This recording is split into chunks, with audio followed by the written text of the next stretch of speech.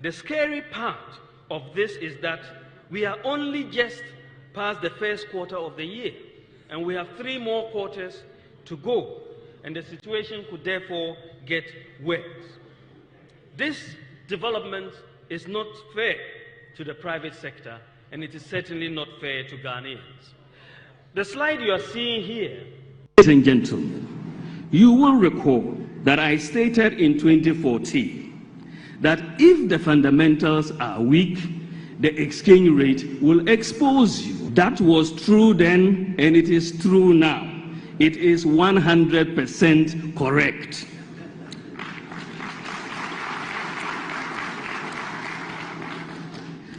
So if the fundamentals are weak, the exchange rate will expose you. But it is warped logic to jump from that to a conclusion that if there is depreciation in your currency, then the fundamentals must be weak. Do you understand the logic? It is very warped logic. If the fundamentals are weak, the exchange rate will expose you. Don't confuse and confuse others. Don't confuse and confuse others. Thank you. My name is Fanel Tumboateng from Metric TV.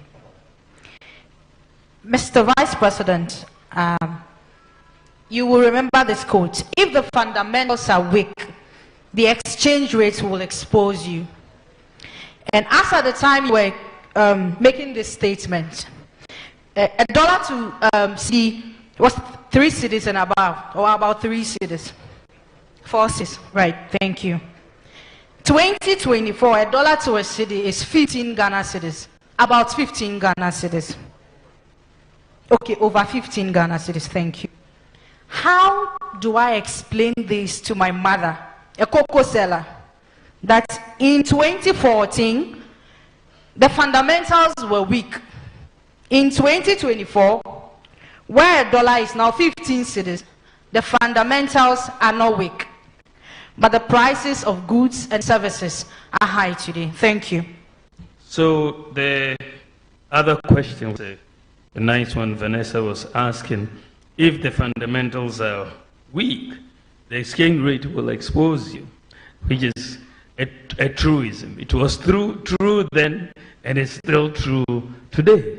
It's an economic truism that once the fundamentals weaken, you will see the impact on the exchange rate fundamentally. And when we talk about many of these fundamentals, you're talking about the GDP growth rate, you're talking about the fiscal balance, you're talking about the exchange, the reserves, level of the reserves that you have, inflation, and so on. When we came into office, during the first term before we hit COVID, between 2017 and 2019, you saw the fundamentals pretty much strengthening by all accounts. And the exchange rate depreciated in those 3 years by less than 5%. That was the lowest depreciation in the currency for 28 years. 28 years. That was the lowest depreciation of the currency. I think we went up, even after COVID, we didn't get that high a depreciation. But the biggest shock for the economy came in 2022. All hell was breaking loose in 2022. Inflation, 54% as at November 2022. Exchange rate had depreciated 54%. And of course, you could look at the fundamentals were in trouble at that time. You saw the fiscal deficit going up, you saw inflation going up, growth declining. And so for me, it wasn't surprising, if it was shocking, the extent to which the exchange rate went. So the point that we are making is that once the fundamentals weaken, you get it shown in the exchange rate. And this is why we have seen that recently even though we were depreciating in November at 54%. This year, the depreciation has been 18.6% so far, right? We're looking at about 18.6%. So you're looking at a situation this year. Why is the depreciation lower? Because the fundamentals have strengthened. Fiscal deficit is under 5%. We are running a primary surplus. Growth has gone up first quarter to 4.7%, higher than projected. The reserves are increasing, and the Gold for Oil program is helping. So as the fundamentals and inflation today is around 20%, so there's been a strengthening of the fundamentals, and you've also seen more relative exchange rate stability. I mean, in all of this, and I want you to take this away. When I look at what was happening in 2022, I mean, the 54% depreciation of the cedi, it was very scary.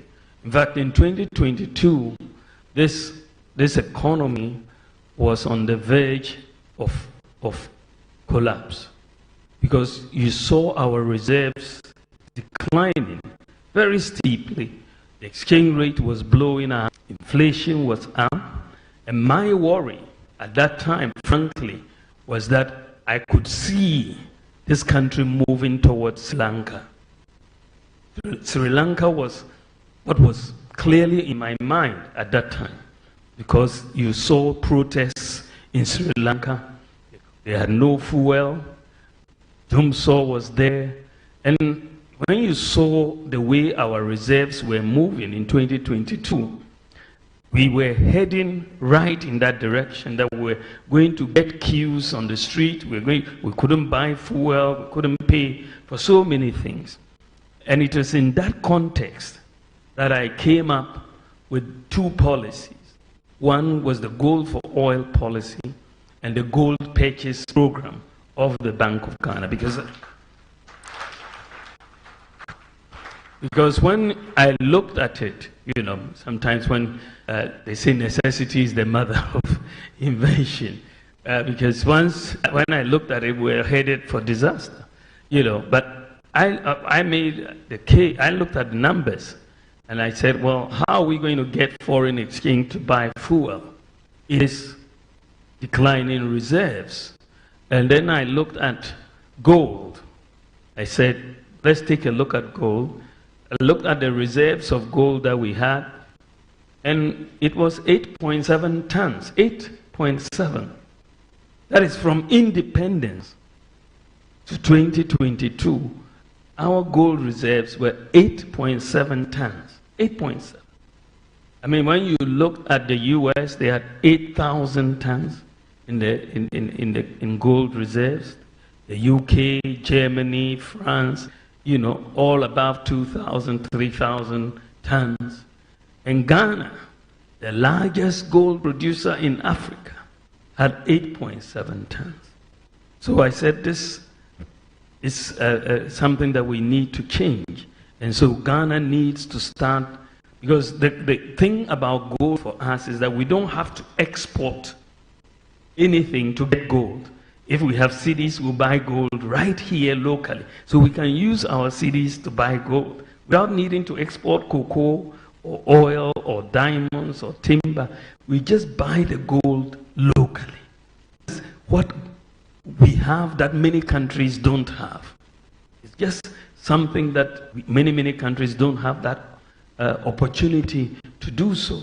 So I then came up with the idea that let's do, instead of, since we don't have forex at the bank to pay for oil, let's use gold. And therefore we went into this Gold for Oil and gold purchase program for reserves. And what is very, very interesting, frankly, without this Gold for Oil, the gold purchase program, this economy would have collapsed. There's no doubt in my mind. There's no doubt in my mind. Why do I say so?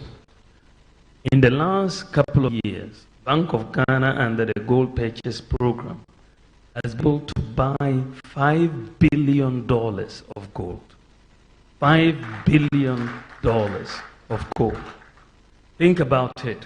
We've gone to the IMF to look for $3 billion, which is going to be paid over 3 years. And this is why we are going through it. But locally, we've been able to buy $5 billion. And this is why there are no queues for petrol. This is why Dumsor has not happened in Ghana. Because otherwise, where would you have gotten $5 billion from your reserves? Where would you have gotten $5 billion from your reserves to keep up all the payments you needed to make? So that has been, for us, the game changer. And so the pilot that we are seeing with the gold purchase program and the gold for oil program, I want to institutionalize it going forward. And this is why, by the grace of God, when I am president next year, we are going to institutionalize this. Someone asked me, oh, why is it that the French West African countries have not seen depreciations in their currency? Cote d'Ivoire, Senegal, and all of these. I said, well, they are anchored. The currency is anchored to the euro through the French franc. So they are anchored. Unfortunately for Ghana, we don't have an anchor. There is no anchor for the city. So what I am going to introduce, what I want to institutionalize, is something that we have learned from this crisis. You will not find it in any textbook. Maybe some people will now write it in a textbook. You won't find it in a textbook. It's not in a textbook. So what I'm going to do is fairly simple, as I said, but we have had to learn about it, because what we are going to do is to say that if you want foreign exchange, and we've tried it already, the pilot, with some of the big companies. One big company had 3.1 billion Ghana cedis. They wanted to externalize 3.1 billion Ghana cedis. And they were looking for foreign exchange. Can you imagine the impact on our market? If someone comes out with 3.1 billion cedis looking for dollars. So they were trying to talk to the bank and all of that. So their chairman flew into the country and came to see me and said, we are having these problems and we have to externalize our dividends and all of that. We have 3.1 billion and we are looking for dollars. So looking for dollars from all the banks and all of that. I listened to them, and then I asked, will you take gold? They said, oh, sure, gold is forex. That is not a problem. So I called the governor and said, look, why don't we put this 3.1 billion through the gold purchase program? And guess what? It was done virtually overnight. And their money was given to them. So essentially, what we're saying is that the demand for the dollars, you bring your cedis, we have the gold. There's no doubt. I mean, the gold is there. I mean, we have 5 billion ounces, even not yet explored, as the Geological Survey Authority has told us. That's $10 trillion. Right? So bring your cedis. We buy the gold, give you your forex. It's that simple. So your demand for the forex will be met by an equal supply of gold, and Ghana will see stability of the currency long term. So we're looking for a simple solution to a long-term stability for the cedi. And that is what we are bringing in, and that is what is happening. What I'll tell you, and I'm sure maybe some of you have heard, is that other countries have started coming to Ghana to learn about our gold purchase program. Yeah, other countries have started coming. The Bank of Ghana is inundated with requests for people to come and learn. As I said, this is not in textbooks, but this is what we are doing. So I think that the fundamentals ultimately has an impact on the exchange rate, but the crisis that we have gone through has now made us to think a bit outside the box and bring in this new solution. You know how to tell when somebody is lying? If there are people who are smooth talkers, who can speak rat-ta-ta-ta-ta-ta like machine gun, the time when they become stammerers and they start stammering, you know they are lying. Somebody who can speak ta-ta-ta-ta-ta-ta like AK-47, suddenly media encounter, I think,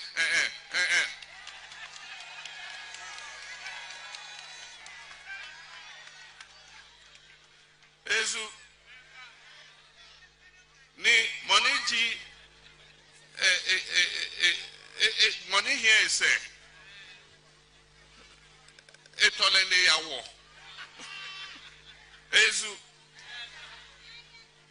the person started stammering, and you can't tell the head or tail. The fundamentals are weak, and then it went logoligi, logoligi, logoligi, logoligi.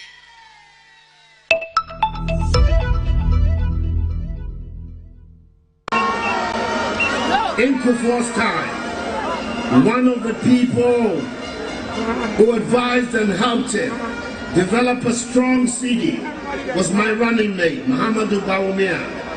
Then he was deputy governor of the Bank of Ghana. It's one of the reasons I brought him to come and join me, that we will welcome the CD and create again a strong CD that will be able to allow us to develop our economy and allow our traders and our to be able to develop. Yeah, thank you very much. You have specifically mentioned corruption within the taxation system. What exactly will you do to stamp this out? The measures are going to be difficult, but there have to be a variety of them. Including what I call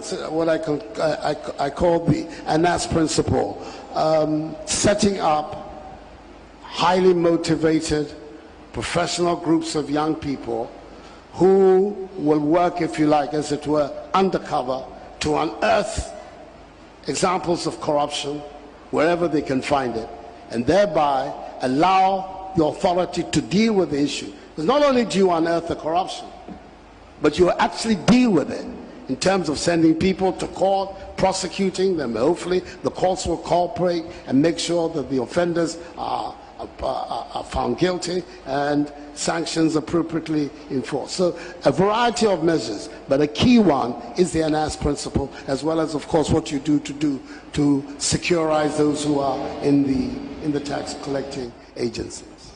Yeah, thank you very much. You have specifically mentioned corruption within the taxation system. What exactly will you do to stamp this out?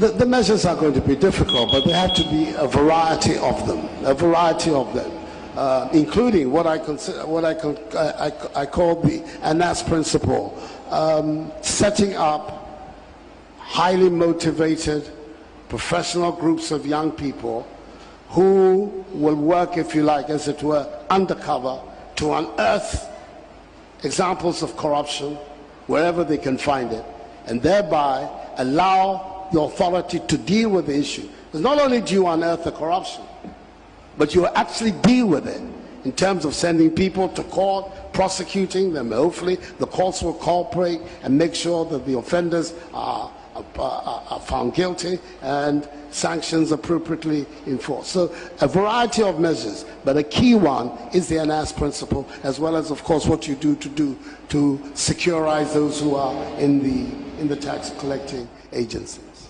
Yeah, thank you very much. You have specifically mentioned corruption within that.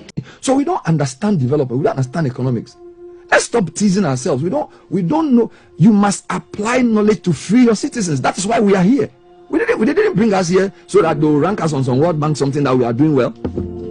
If you want to know, you traveled across the country last week. You saw it. Look at the people you went to meet. People sit like 300 people waiting with basins, waiting for this guy to finish speaking his long and give them something to eat, to add to their. I mean, wow. In a country which, at the time of independence, no sub-Saharan country could compare with us, went to all the schools. We had people who even went to the British to argue to preserve our land long before the East Africans did it. Aborigines rights protection. The time John Say and Saba and Co were educated, people in East Africa and Southern didn't have that level of education. We were so far ahead. We've been tickling ourselves and laughing and setting the wrong question for 40, 50 years. So now they've chosen Bawumia. With Facebook, they will start doing the comparison of it. That's all we know. Why is the transformation? So those of you who spend your energy on social media just doing partisan politics, has your life been transformed? Do you know what transformation means? In a generation, somebody born in the 70s in Singapore was born into a poor country. By the time their son entered university, they were in a first world country in 30 years. You think they did it by just doing politics on Facebook? You must be joking. They were working hard. They closed in. They made difficult decisions. People sacrificed. Why is the sacrifice? How many of us even go to rural communities to even see what's going on there, to even understand what's happening in your own country? You get me? You think Singapore, they did it just by praying and clapping? You must be joking. Look, put on the TV and see what we do on Ghana television. Look at what we do. People are doing lotto, people are preaching all kinds of crazy things, and we think we can transform a country with that? No. And you don't know Bible more than me, so don't even go there. Don't even go there. We are acquiescing to a generation to be lost. A generation is being lost. I'm telling you. And if we don't take care, our children will curse us. With all the third largest man-made lake in the world, you can't even do irrigation to plant enough rice. I mean, take Afram Plains alone. Take Afram Plains, take Asuchari alone. We saw Achampon, he built some dikes. After Achampon, we have all these big English people. What have they done? Then every year we launch Asuchari alone, from Asuchari down to the Volta. You can plant enough rice. You have people who do agri-science research. We will not do it. We'll go and give a big lecture abroad. And then we'll bring people to come and sit in the hall and tell us what to do to transform agriculture. And every Tom, Dick and I wants to go into politics because that's the quickest way to become somebody big. We'll call you honorable. Is that what life is about? So the thing we are learning, we don't understand it. You see, if you don't understand the purpose for your being here, God placed us here to change our lives. He empowered us. I'm telling you. So let's stop setting the wrong questions for our leaders for 2024. And let's stop the petty record comparison where there's no transformation. So Freddie Bele, please come again. That MPP has the best. What record? Which record? Record of what have you transformed? You have the best economic record. As determined by who? Don't stop setting your own questions and answering it. Where is the transformation? Show us. Come and prove that you transformed the economy. Prove it to us. You have not. And if we, the media, don't let people see the right issues, and I thank God for the opportunities that we are going out to see with our own eyes. And this is not seen to report. Now, you see, when you do it as a reporter alone, sometimes you don't get the context. When you go and you spend time with the people, you realize that no, we've been deceived. I'm telling you, we've been deceived. Look at the stories you were telling with your documentaries. When you drill down, it's poor leadership. A leadership that doesn't understand that we have to solve our problems first. And everywhere else that we write and read about, when I do the economy, they will do a whole session on China, South Korea, Japan, Singapore, Malaysia, Vietnam. Even ask him, Vietnam, Bangladesh, Sky. Now Bangladesh, I am told between Bangladesh and Pakistan, over 90% of the apparel, they control that industry. Bangladesh, they are poor. What is the difference between the ordinary thief and a political thief? Number one, the ordinary thief steals your money, your bag, your watch, and your jewelry, isn't it?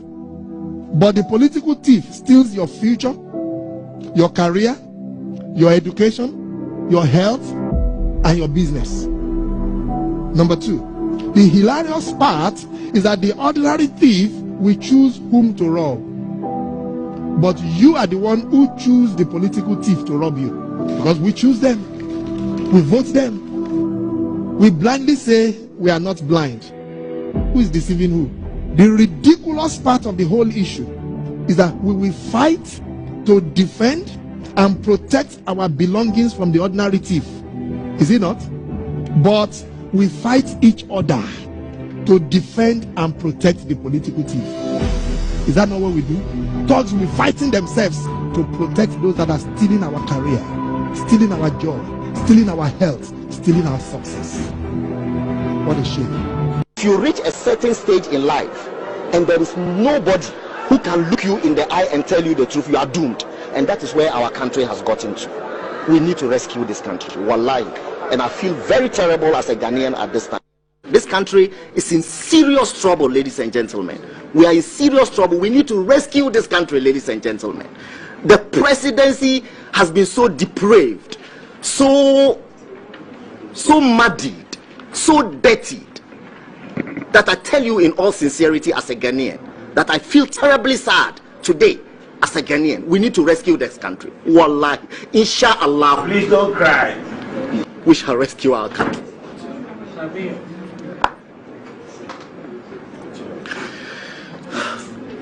Government is broke, government is broke. The people are spending billions to go inside the government that is broke. Have you ever seen a minister who resigned because government is broke before? Government has no money. Have you ever seen a governor who said, ladies and gentlemen, when I was elected, I thought the government had money. Now I discover government has no money, I resign. Have you ever seen it? Government has no money, but they are bringing money out at election time. Where is that money coming from? So they are lying. What is happening is that there are two types of wicked people in government. Type 1, they eat current money. Any money they find in government, they will eat it. They are wicked about that one. There is type 2. Type 2, they eat current money and future money. They will say, my term will end next year. When I leave, how will I eat money? Let me borrow money now and borrow money of the future and eat it now.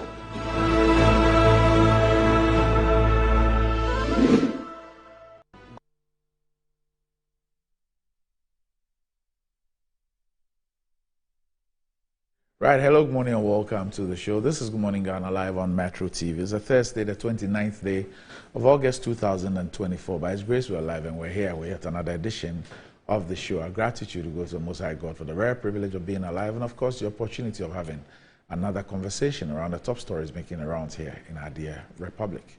I'll let you into our panel for the morning's conversation shortly, but let's take a look at the front pages of our newspapers. Daily Graphic. Boosting regional security. We must unite to fight terrorism. President Akufo-Addo to African nations. Minister hails graphic Zoomlion Cleanest Region Ranking Initiative. Yoko wins 4 Audit Agency Excellence Awards. The Ghanaian Times. Let's deal with security threats together. President appeals to African nations. Government saves 345 million cedis through nationwide payroll monitoring. Employment Minister.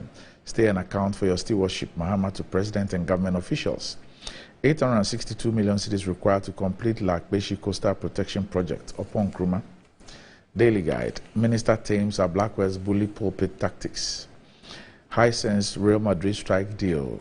Jomoro Cocoa Farmers praise Cocoa Board.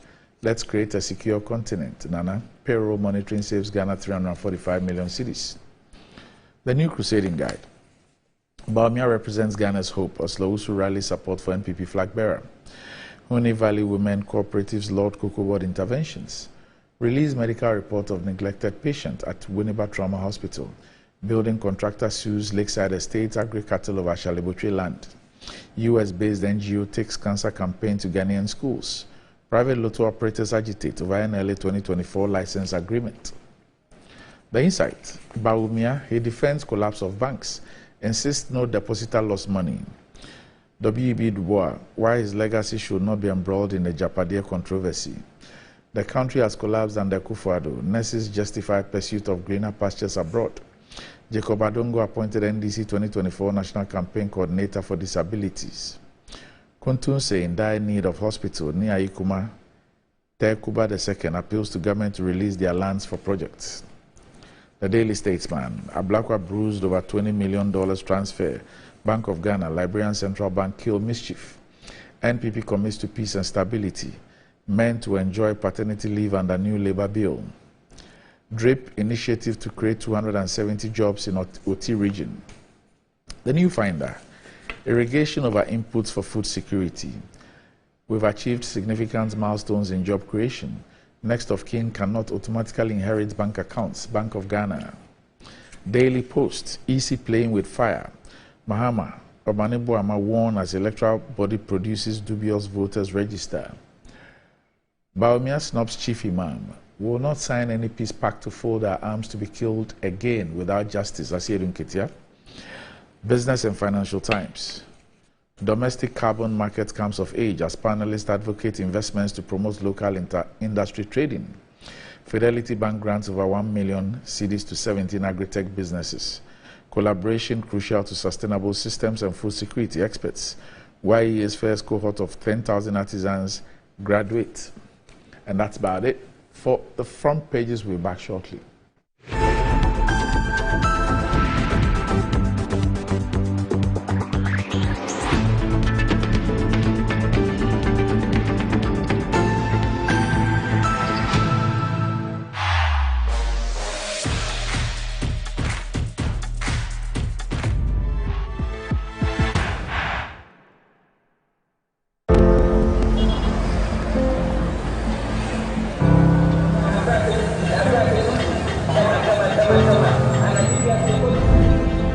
There's no feeling quite like wanting something.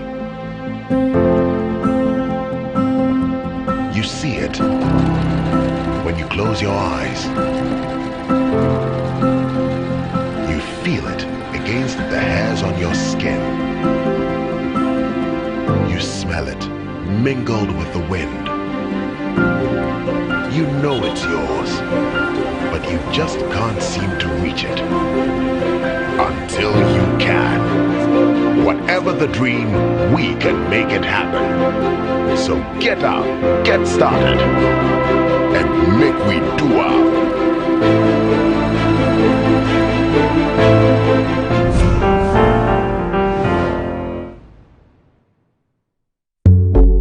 In today's modern world, stairs are a challenge, especially for our elderly and those with health concerns. Navigating them can be difficult and even dangerous, but there's a safer way to move vertically. Lifts and Elevators Limited Company, your answer to a more accessible and secure vertical transportation. Our elevators and escalators, including top-of-the-line pneumatic vacuum elevators, Fuji elevators and escalators, offer a safer and more convenient alternative, eliminating the risks of stairs and enhancing accessibility for homes, businesses, and hospitals. Choose safety and convenience with Lifts and Elevators Limited Company. Elevate your spaces today. For more information, visit our website at www.elevatorsgh.org or call now on 0200-535-515. Lifts and Elevators Limited Company, the elevator people.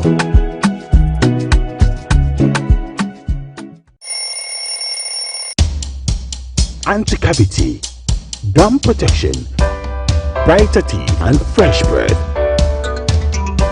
I'm a fat missy way. The Pacho Bantama. Matasi.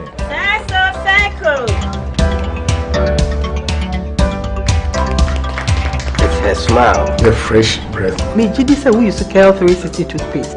Some kind. Cal 360 toothpaste. That's Kia. Cal 360 toothpaste. It's a gum protector. Onim Jom Kasan. Kile Hossein. Cal 360 did the one. It's cool mint. Gives me fresh breath and your confidence booster. You will see so feeling to when you know Cal 360 toothpaste. Happy smile. Cal 360 toothpaste, anti-cavity, gum protection, brighter teeth, and fresh breath. Cal, happy smile. This advert is FDA approved.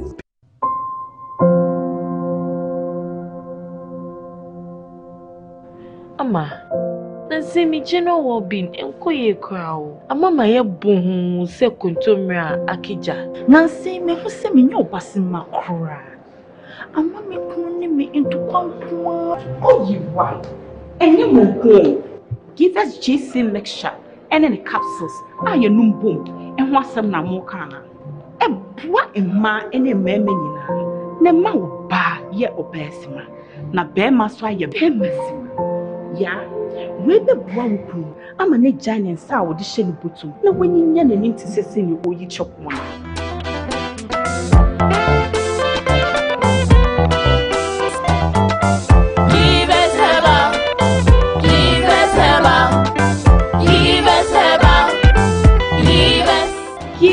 GC mixture and a capsule. A painful battle one more menu for one and if you do me. Choose the perfect prize every week and stand to win your choice of exciting prizes.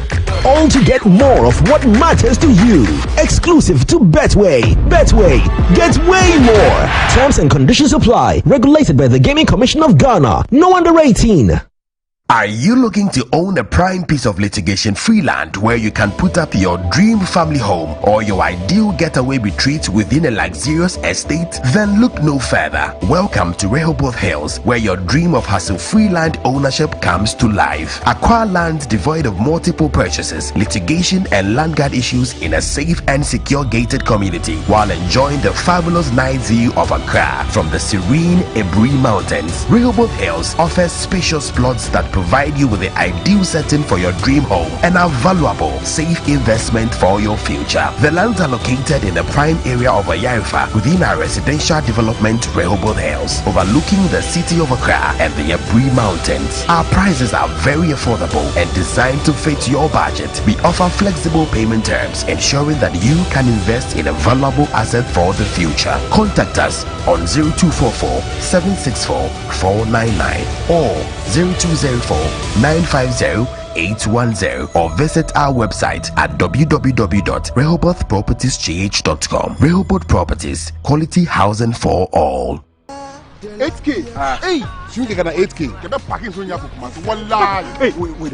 You can put it on his tab. This is my man. Good luck. Hey, Bill Radio. We are star 712. It's much more. I'm on dialing the magic numbers. Star 712. Now welcome to the luckiest.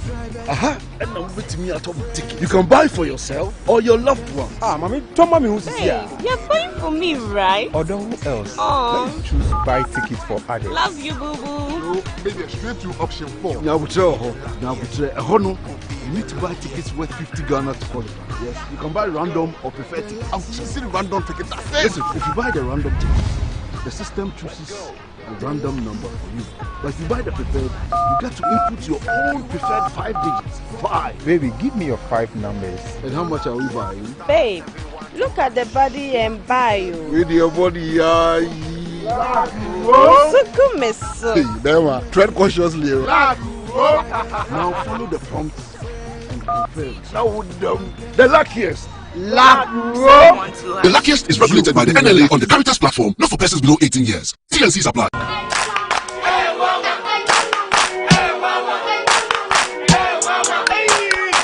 Cratchy, unemu bua unkoisha Dr. Ban uye denwa. Oh, Mr. Yamfan come and me burua. Mami go bro. Ni atele be ko bra. Mumi Yamfan ko Dr. Ban ho. Dr. Ban o ya de. Bra, se ban no mpemu adwuma, sasabro slow Dr. Ban o ye. Say ni kemi kona meka. Oh no mpemu nimdi onu na ye expect nya zanfo no. O Accra any Kumasi no mpemu expect yen kan kire.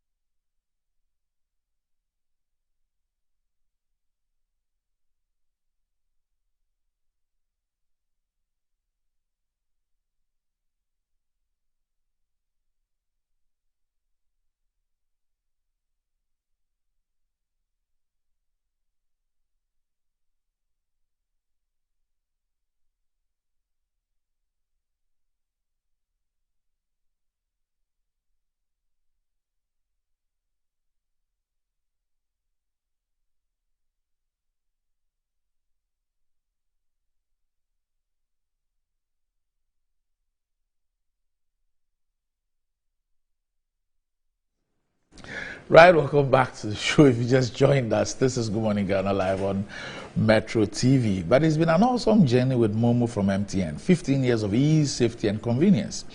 This is definitely worth celebrating. That's why the Momo at 15 rewards is here with amazing cash prizes to say thank you. Send money to an MTN Momo user or make payments to an MTN Momo merchant at no cost whatsoever, only on MTN. So go on, download My Momo on App Store or Play Store to enjoy this.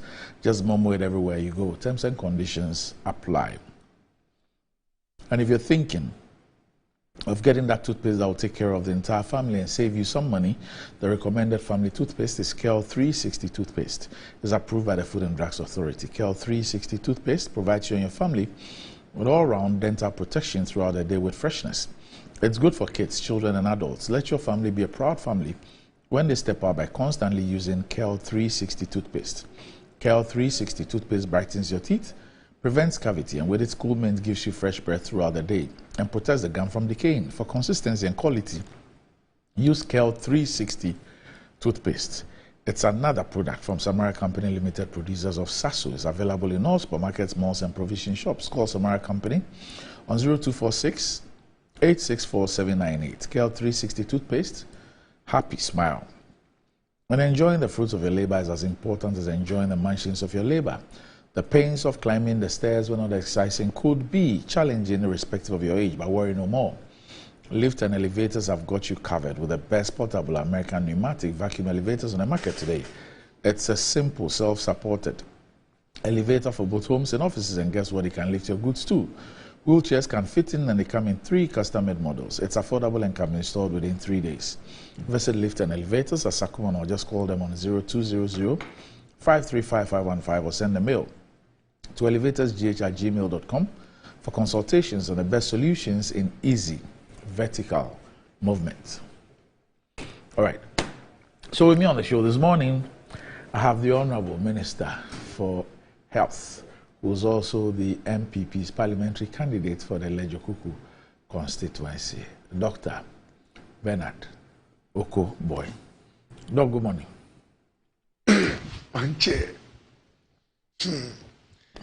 Good morning, good morning. Where you are? So I want to be part of GFA. Yes.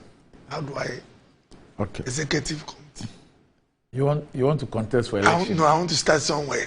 But okay. So you have to either start your own club or join a club and let the club appoint you either as a director or a management member, and then you can begin to learn the ropes and get involved. No. Oh yes. Oh. Okay. I mean, Hearts of Oak gave me that opportunity some 24 years ago. Talk me is your friend. Talk to him for me.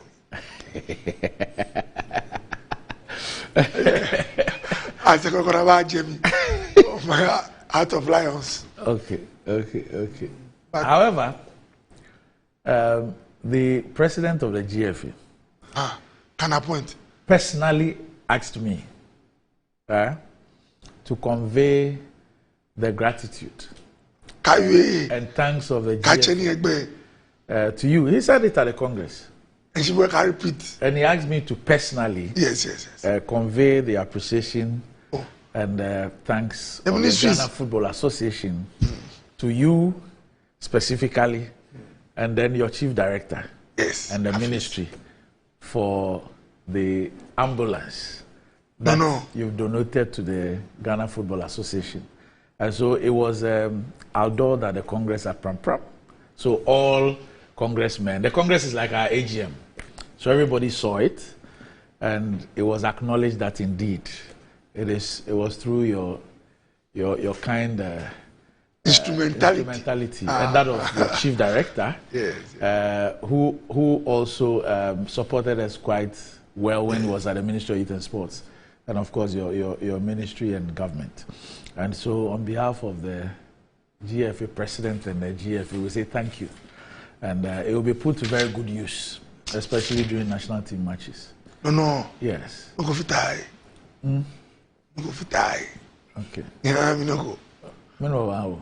Go le my US World Cup. 2026. Yes. Okay. Oh, no problem. Slots for you. No problem. Can Libya po? Libya, why? Yeah, many by.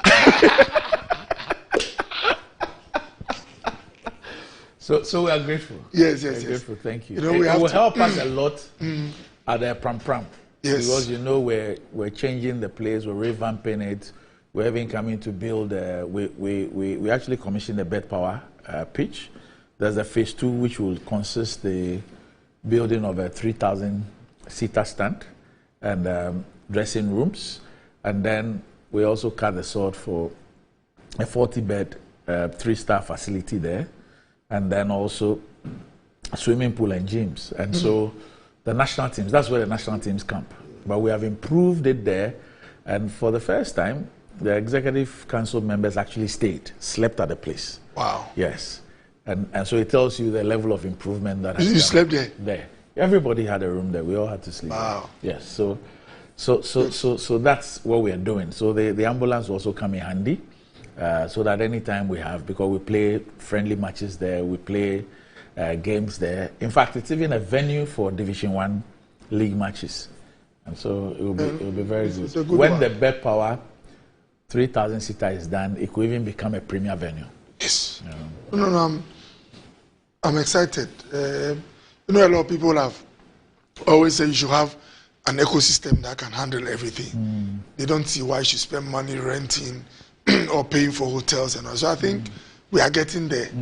The only thing left is you giving us a lot of wins during the matches. As for the friendly matches, we understand. Those in Europe and North America, if they score us, we understand. But all these African matches, that one, we should give us results. Okay. What's happening at Korle Bu? Yeah. Is it the lifts? The lifts are not working. Doc, before I start with Korle Bu, let me first of all say a very good morning. So that's the ambulance. Absolutely. Yeah. So this is how it was outdoored. I'm happy for GFU. Doc, let me first of all say good morning to IGP. I know he watches your show. It's a fine gentleman. Were you arrested over the weekend? Oh, no. Me, I have a lot of police friends. So if you arrest me, normally they would come and help. They'll help, even when you break the law. No. When I break the law, I call lawyers. Usually I don't even break. But when a policeman is trying to intimidate, now I call police friends. Doc, yes. I called Titus, Honorable Titus Glover. Regional Minister. Yes. Because I observed something that made me a little bit sad. At very busy junctions, IGP, Dr. Dampare, at busy junctions in Accra, the capital, where you might have diplomats, visitors in town, foreign dignitaries.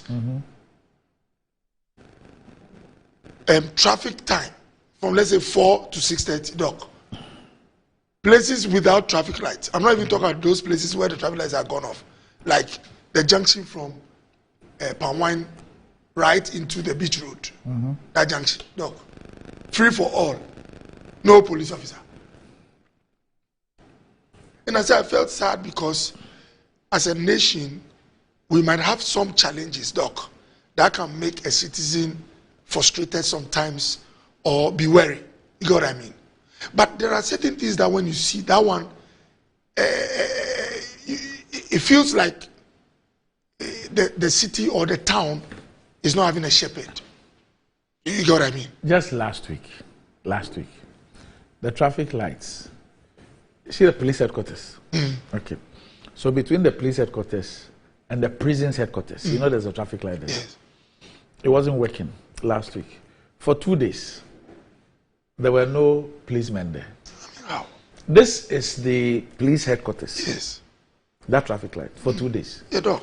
And you see, what made me sad was that the ordinary Ghanaian who pays taxes, if there are certain things that are not on point, they'll go like, okay, maybe we'll get there with time. But to provide a police officer, Doc, and we are not talking about some corner far at maybe towards Nkoko or Sotium. We're talking about the city center. Doc, if it's difficult to get one policeman so that the citizens will know that, oh, someone watches over us, Doc, it's very sad. And I know that Dr. Dampare is very, very efficient and swift. What I suggest, Doc, is that there should be a team that, what's the word, scans Accra. If not the whole of Accra, Accra is big, Doc. At least certain places where you don't want an image to go into the world, that this is a city without a shepherd. Doc, you got what I mean?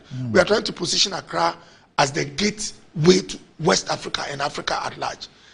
If in front of your biggest, one of your biggest hotels, joining one of the busiest roads, you don't have anyone, Doc, not one officer. And I'm not even saying they should be there for 24 hours, Doc. That time where your citizens close, let's say 3 to 6 p.m., that's just those 3 hours. I think it can be done. So, MTTD commander, I salute you this morning. I know you can. This is possible. Doc, this is very, very possible. This is possible.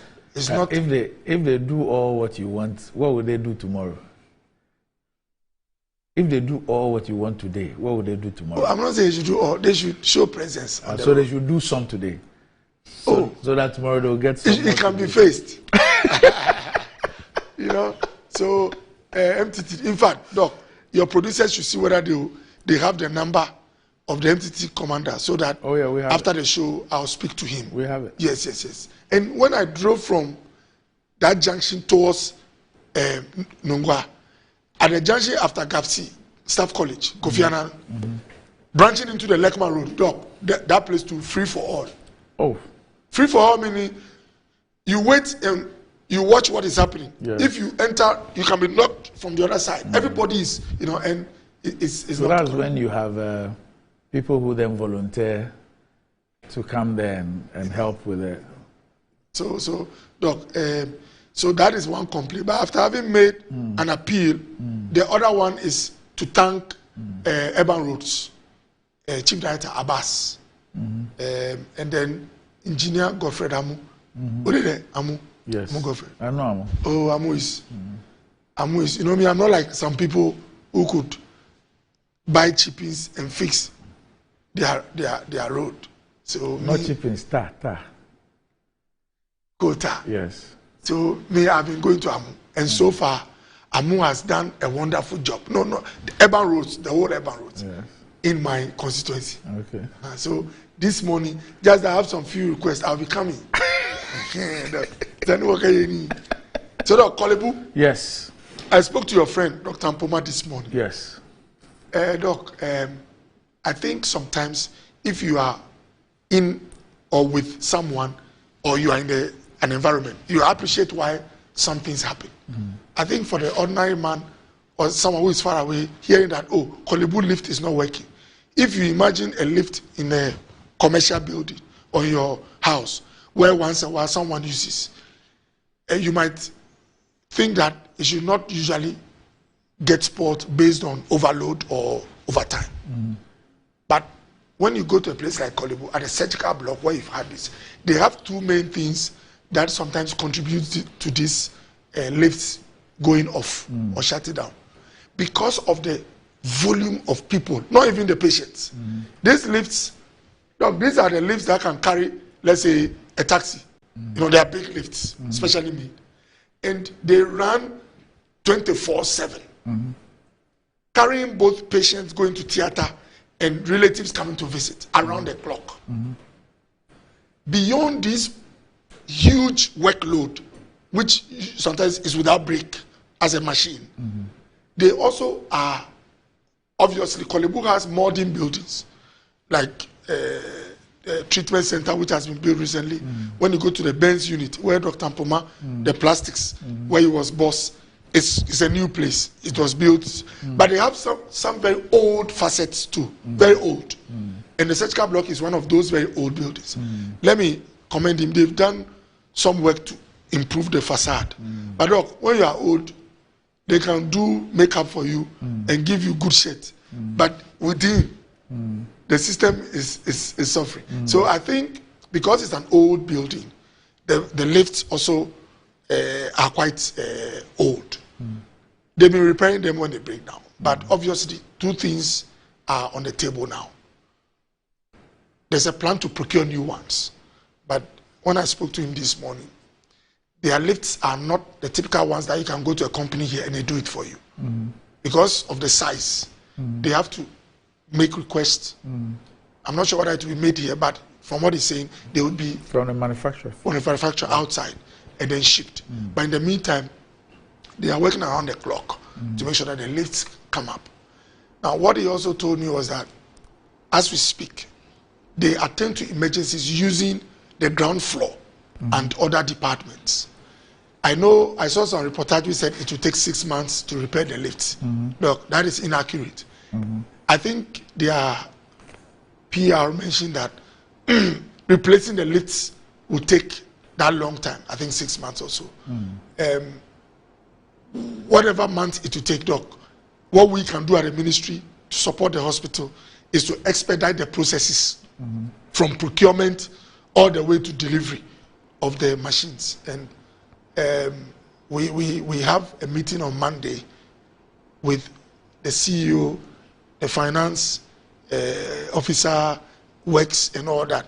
And I mentioned finance because, Doc, we also want to make it the practice that as a ministry, we don't only give support to facilities when they say they need support, but we also look at how they are treating their expenditure lines so that we see whether they are investing into some of these critical areas. So, look, when I was board chairman for Korle Bu, there was something I told the PR department. They did it whilst I was there. I see that it is trending downwards. I told them that one of the reasons why big hospitals or public hospitals abroad are not bashed or are not, people don't fire them regularly, is that all the good things they do are put out there in the public. So that if on certain occasions something goes, Doc, out of the expected, you get sympathy and you even get support.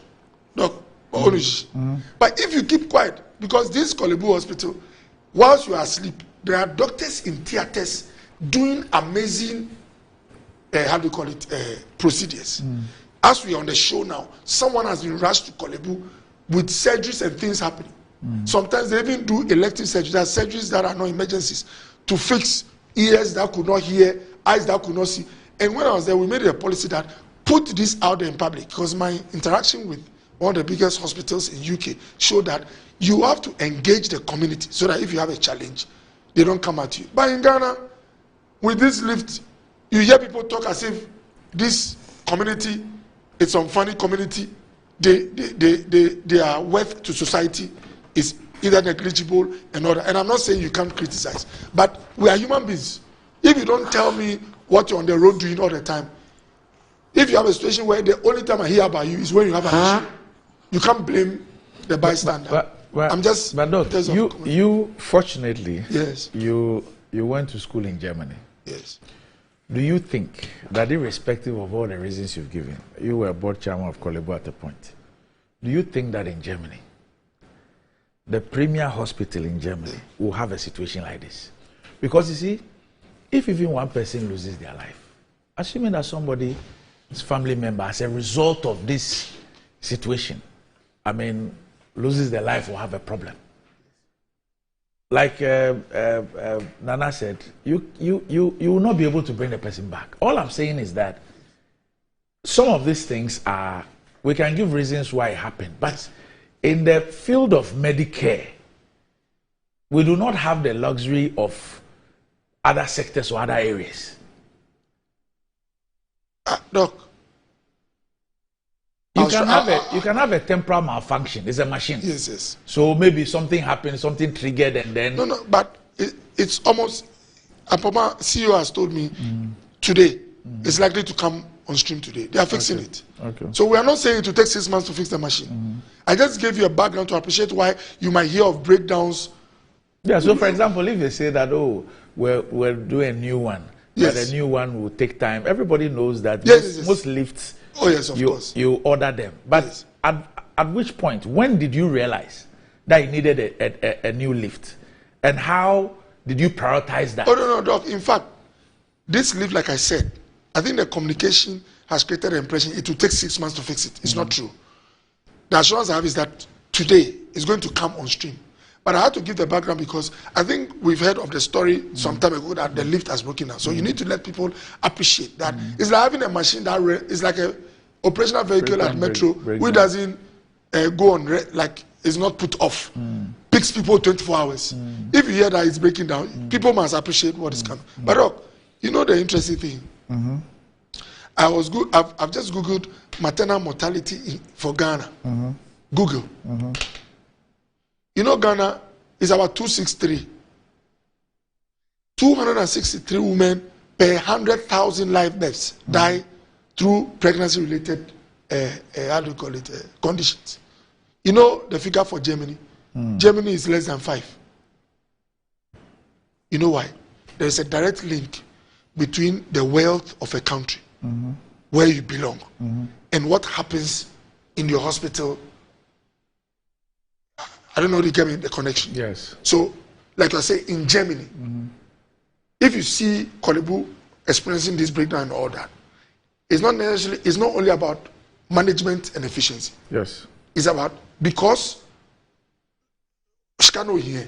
So you see, Germany will not impose an NHI levy and cap it and use it for things other than health delivery. Phyllis is here, Jabo, the future.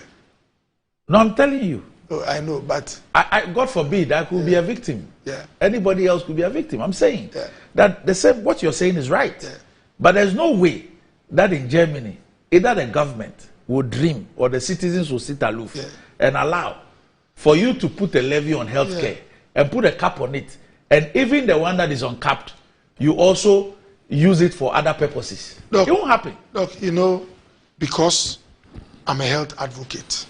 Before becoming health minister, I'd mentioned... You're a medical doctor? Yes. But I talk about advocacy because I also push for things that have to do with healthcare.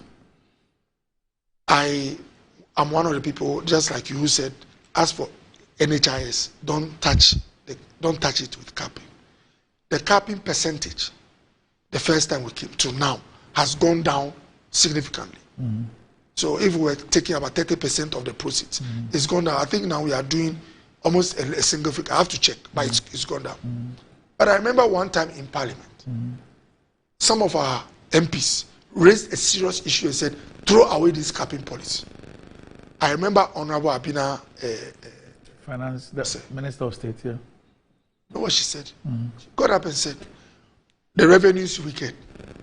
If you pay the salaries, and you pay all the money you have into the dedicated funds, common fund, get fund, and NHIS. Even money for fuel to run government machinery and to do some basic things will not be there. I'm just making a point. So when they take money from some of these funds, it allows them to be afloat.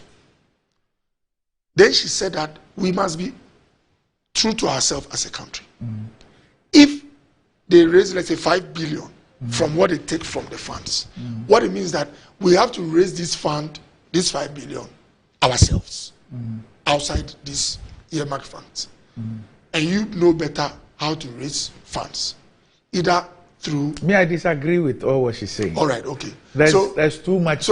There's too much waste. Yes, I mean, I disagree with that. So, Doc, but you know, before we came, before MPP came, and that's why if we do the conversation like that, we can make progress.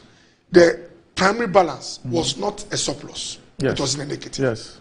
Before MPP came. Now, what it means that the government expenditure, when you take away interest service, was more than what it raised. So, if you had such a situation, and you want to have some breathing space to take care of your basics, beyond, someone can mention waste. I will not say that if it was in the negative, then there was waste then. No, but I want to make progress. So my point is that beyond we saying there is waste and other things, there is a problem in terms of balancing what you get and what you spend. You see, it's for me, look, you can't have a country where you say that, look, we need to take very good care of the health of our people. We need to take very good care of the education of our people. we need to, we have a legacy debt in our energy sector as a result of a lot of things that we did. We need to impose a special levy in order to retire this debt within 3 years so that they stop strangulating us. And then you impose a tax burden on the people. And then you end up giving excuses like this. You end up not doing what those things are intended for. Agree, Doc. In principle, I mean, I'm saying that we should not. Doc. We should not even entertain. Doc. In principle, I agree with you that once the funds are earmarked, and again, forgive me, it's not like I want to go back, but you know, funds, some earmarked funds, even were used as collateral to take money ahead of time. Before we came. That practice, together with capping, anything which encumbers on the funds, in principle, like with you, should not happen. I mean, my point is that, you see, Doc, if, let's say, we take ESLA, and we say, look, we have a debt situation in the energy sector. It's suffocating us. Okay. Let's bring this levy or this tax handle, believing that in about 3 years, in about 3 years, based on the projected inflows, we'll be able to retire this debt so that at least we can have a clean bill of health and move on. And we impose the tax. And then we even decide that, look, even the 3 years is too long.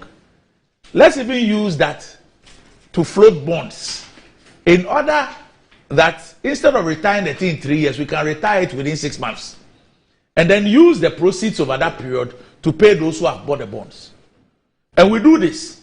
And we use the monies from the bonds for purposes other than retiring this debt. I mean, if you take the NHI one you're talking about, the issue of releases was there. We didn't get the 100% release and all that. So you always had the Ministry of Finance keeping some and using it for other things. Then we come and compound it with capping. It's not as if when we did the capping, the uncapped, we were releasing it 100%. Do you get the point I'm making? So we tend to compound it. Now look at all the tax handles, look at the tax revenues, the inflows and all that. Why should these things still be an excuse? Look, like I said, in principle, I agree with you 100%. But do you know that before we came, this government came, the Mahama administration, if you check the indebtedness, NHIS to the providers, there was a time that for 12 months, providers had not been paid. And that happened because of issues with releases and things like that. So I know Phyllis is here.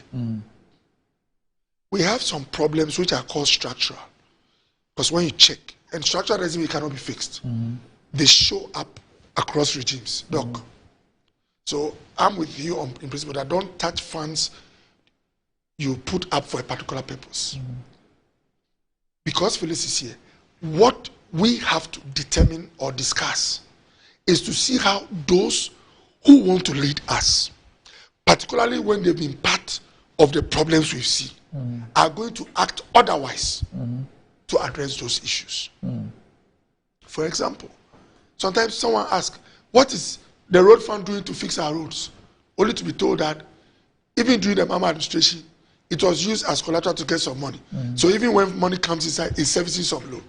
Someone realizes that the money that it was used for, was it for purposes of road? Oh, Doc, I appreciate it. Yes. But always for purposes of road. Yes. It is similar, or it looks like type 2 money.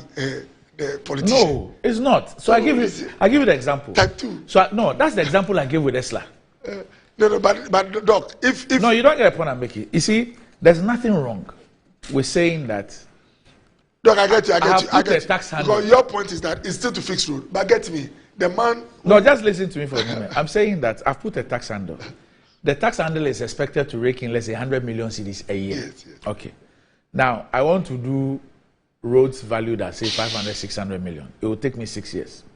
But I believe that I can use that tax handle with the inflows to secure that 600 million today. Yes. To fix the roads that I would have fixed in 60 months, in 12 months. I get you. So that I start putting the road to use, productivity and everything comes in. And then for those who raise the money, they will be paid over that 60-month period. It's a smart way of doing it. But when I go and take that 600 million and I do not use it for purposes of that road, the reason why I did that, and I divert it into other areas, that's where the problem is. But diversion is a big problem. But the other problem, which I'm bringing your mind to, yes, which the gentleman, your favorite video, yes, talked about, yes, is that imagine a roads minister who realizes that every year he rakes in, let's say, 10 million Ghana cedis for servicing of roads. Then he, like the man told you, then he realizes that in his last term or last year, he has 10 million to spend. But now he will go for a facility, which today gives him 100 million or 1 billion. And then you, the one who is taking over from him next year, instead of enjoying at least the 10 million that he was enjoying, still for roads, you are told that the only money that will come in, instead of 10 million, is 500,000 Ghana cedis. Because the rest of the money is being used to service some loan. Meanwhile, that loan, the expenditure for that loan, has been contracted, procured, and given out in that year that is living. No, it's not like your diversion. So that plus DDEP is what you are bequeathing to us. Oh no. Felix, let me bring you in. I've been listening carefully, and let me correct this from the outside. You see, Okuboy and his colleagues in the MPP keep referring to this road fund agreement that we made. They create the impression that we collateralized the road fund and made it impossible for them to maneuver when they came into power. And that's not what happened. Didn't you collateralize? Yes, I'm going to explain. Right? We took $1 billion Ghana cedis from UBA. $1 billion Ghana cedis. At the time, that was the extent of debt in the road sector. But at the time, several months before that, we had instituted ESLA. I know that a portion of ESLA goes into the road fund. Okay. And that yields 100 million Ghana cedis every month as of the time.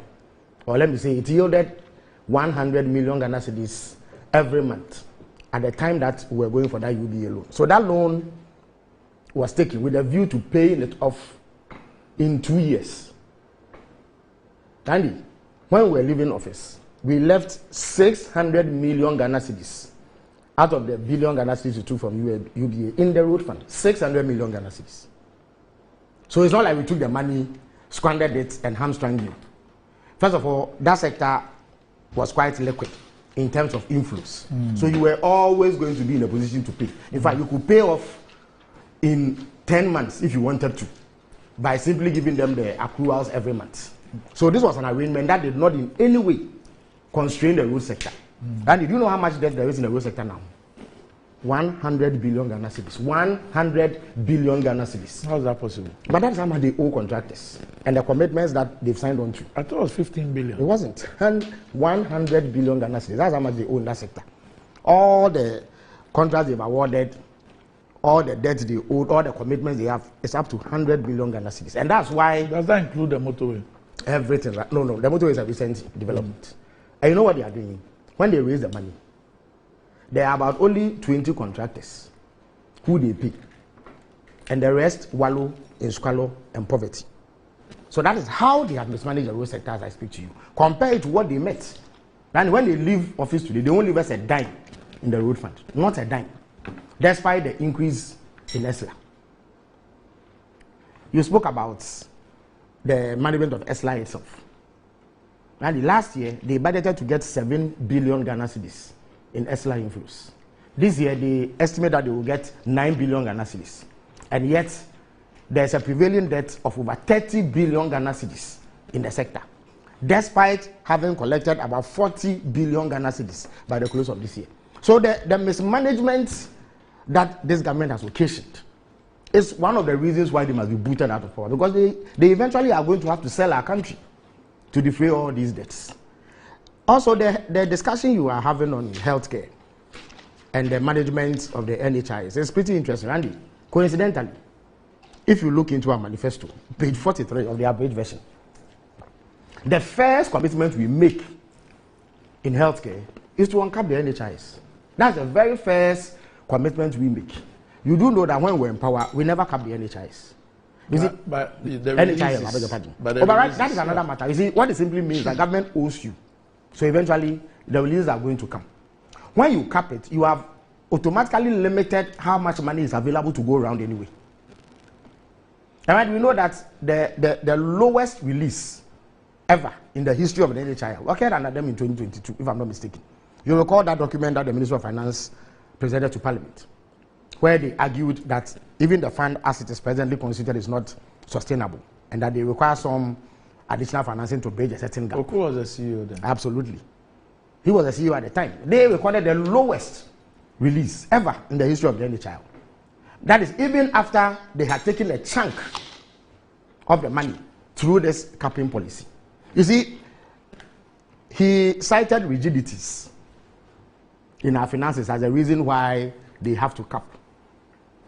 But those rigidities he was just alluding to a statement made by the Minister of State and Minister of Finance. Yes, but explaining why. But you rightly disagreed, and I am on all fours with you on that. Right? The point is that at every time you do know the amount of money you have, so it is incumbent upon you to allocate and prioritize the areas which are important. What this government does is to throw money away in the name of sloganeering. Randy, they collected money, went up north and dug wells all over the place under the guise of one village, one dam. Hundreds of millions of Ghana cedis went into that. Randy, today they are calling something a dry spell and are asking for what? 500 million Ghana cedis. We'll get to it. Yes, but that for me is a clear indication of how not to govern. You waste money on frivolity and empty slogans. And then when you finish, those things that really matter to the people, you are not able to finance them. Because you can't sing slogans around them. And we are here talking about a breakdown in the lifts. And you know that incidentally, that lift at Korle Bu, I'm sure it's been changed over the years. About 35 years ago or so, it was the first time in my life that I had actually been in a lift. And it was in the Korle Bu lift because I went there for some treatment, but after I fell, play with my friends. To think that in this day and age, we can wait for a lift to go out of function and affect healthcare delivery before we even respond. It's astonishing. Andy, the maintenance regime of a lift should be well known. And it should never happen that for several days or weeks, that lift breaks down such that it hampers healthcare delivery. And surgeons have to, as it were, cut down on the number of surgeries they can undertake in response to this sort of breakdown. There's clear mismanagement in the way that that hospital is run because it is an age-old hospital built in the 20s, if I'm not mistaken.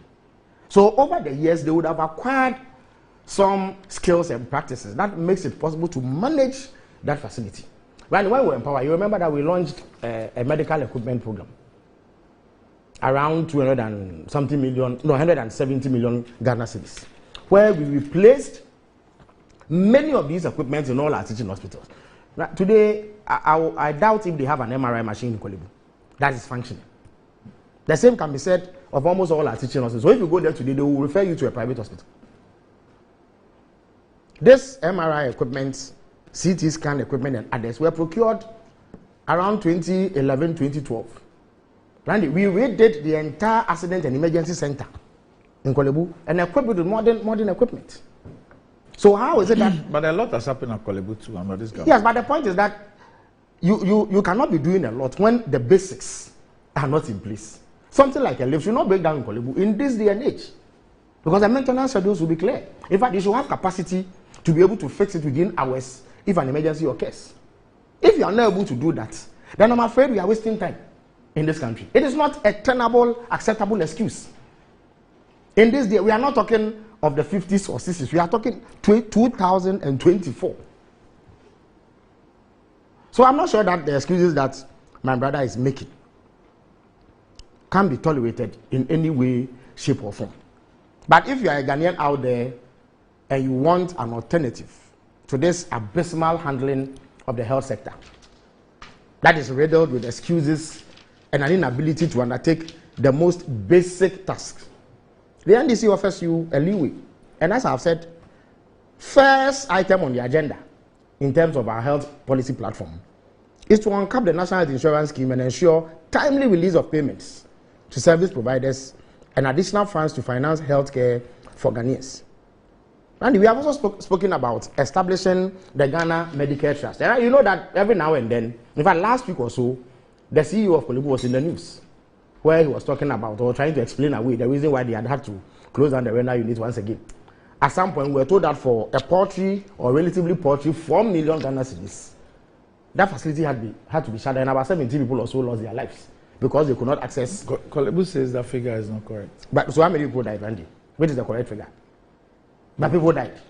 Yeah, but even if people did not die, but it led to suffering, and people were unable to access renal. It's a major issue. It's not tenable. And that is because we do not appreciate that times have changed and that there are some ailments outside of the traditional ones that require critical attention. So President Mahama says he will establish the Ghana Medicare Trust Fund. I mean, there are those of us who call it Mahama Cares. Essentially, this will be used to assist people with chronic diseases like kidney failure. And only last week, I learned with utter dismay how a 16-year-old girl lost her life because both of her kidneys failed. 16-year-old girl. Why should we be losing 16-year-old girls to kidney failure?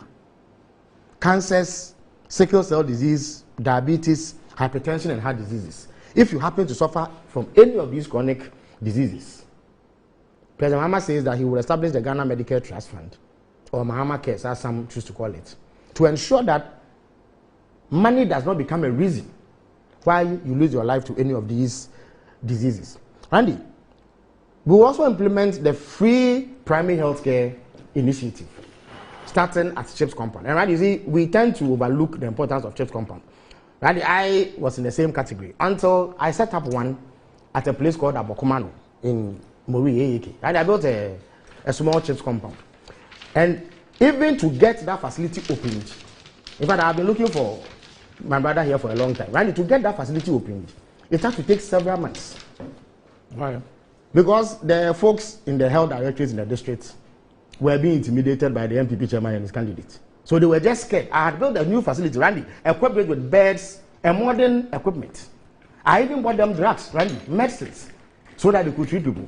Yet for months, it lay fallow until some public-spirited folks at the Ghana Health Service stepped in and then pumped some reason into their heads, and they got the facility. So it is happening. But when people go there, there are those who are unable to afford it. Sometimes they charge as low as 30 cedis, 40 cedis, depending on what ailments you bring and what medicine they have to give. But that is even beyond the reach and scope of some people who have basic diseases, headache here, a tummy ache there, and what have you. So President Mahama says he will come to your aid with the primary health care treatment so that you don't have to pay if you don't have the NHIS card.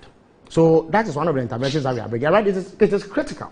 What that does is to relieve pressure of major health facilities. And in fact, if you go to Mori now, they have a health center, which is in absolutely deplorable state. And there is a community that should have anything between 40 to 50,000 residents, densely populated area. And you should see their maternity unit. I put it up on my Facebook some time ago, and I was compelled to go there once again to refurbish the place, give them new delivery beds, new hospital beds, fix various facilities, and give them new equipment. But the rest of the health facility is in absolutely deplorable state. And in addition to that, they had come under a lot of pressure from these tens of thousands of inhabitants, because that's the only thing that they have. And even money to pay for basic health care there is a major issue. So President Mahama is introducing this to ensure that you are able to access health care at that facility. And he says he will expand and restore infrastructure in the health sector. At the very least, it will help us absorb the increasing numbers in health professionals. And he has also spoken about building a 500-bed children's hospital. I saw that the moment that announcement was made, MPP propagandists went to dig deep and bring us pictures of a 120-bed facility in Weija also. In fact, nobody knew about it until this promise was made by President Mahama. But that is all well and good. But Randy, President Mahama is promising a 500-bed modern children's hospital, which would help relieve pressure of the Princess Marie Louise Hospital, probably known as the Children's Hospital around the Accra, what do you call it, UTC area. So there's a lot of things that the NDC manifesto promises. Randy, if you check point number 14 on page 44 of the NDC's manifesto, the abridged version. We make a firm promise to refurbish the Korle Bu Teaching Hospital as an additional ultra-modern quaternary specialist hospital to reduce medical care and training abroad. Randy, if the party that built Ghana's only quaternary hospital in the shape of UGMC promises to upgrade Korle Bu to a quaternary status, would anybody doubt our capacity to do so? And Korle Bu has been due a major refurbishment. Korle Bu deserves a major refurbishment so that this situation where lifts get spoiled and people cannot be treated for critical emergencies becomes a thing of the past. In 2024, we should not be lamenting the spoilage of a lift. That cannot become a hindrance to quality healthcare delivery. It is an embarrassment of monumental proportion that in this day and age, a basic equipment that lifts becomes the reason why we can't have healthcare. Well, President Mahama says he will have the whole place refurbished. And I'm sure that between the two candidates contesting this election, if there's anybody who can be trusted to deliver world-class, cutting-edge medical facilities, it is President Mahama. His footprints are everywhere. His footprints are everywhere. In fact, when this government took over for him, they struggled to even complete some of the things that he has started. And you go to Dodowa and see the NMS hospital. In fact, of all the health facilities that the NDC undertook, that is my personal favorite. It's my personal favorite because of the sheer quality of work that has been done there, the ambience, the environment, and what have you.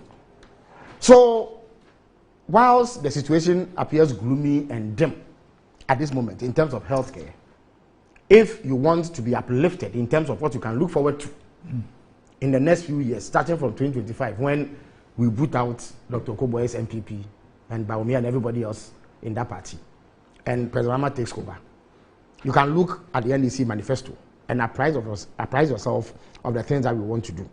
But you see, Randy, I'm sure that I'm at liberty to move from healthcare and talk about other matters. After all, but you had a few. You spoke, even when I came here, you spoke for about 30 minutes or so. You've mentioned a lot of things.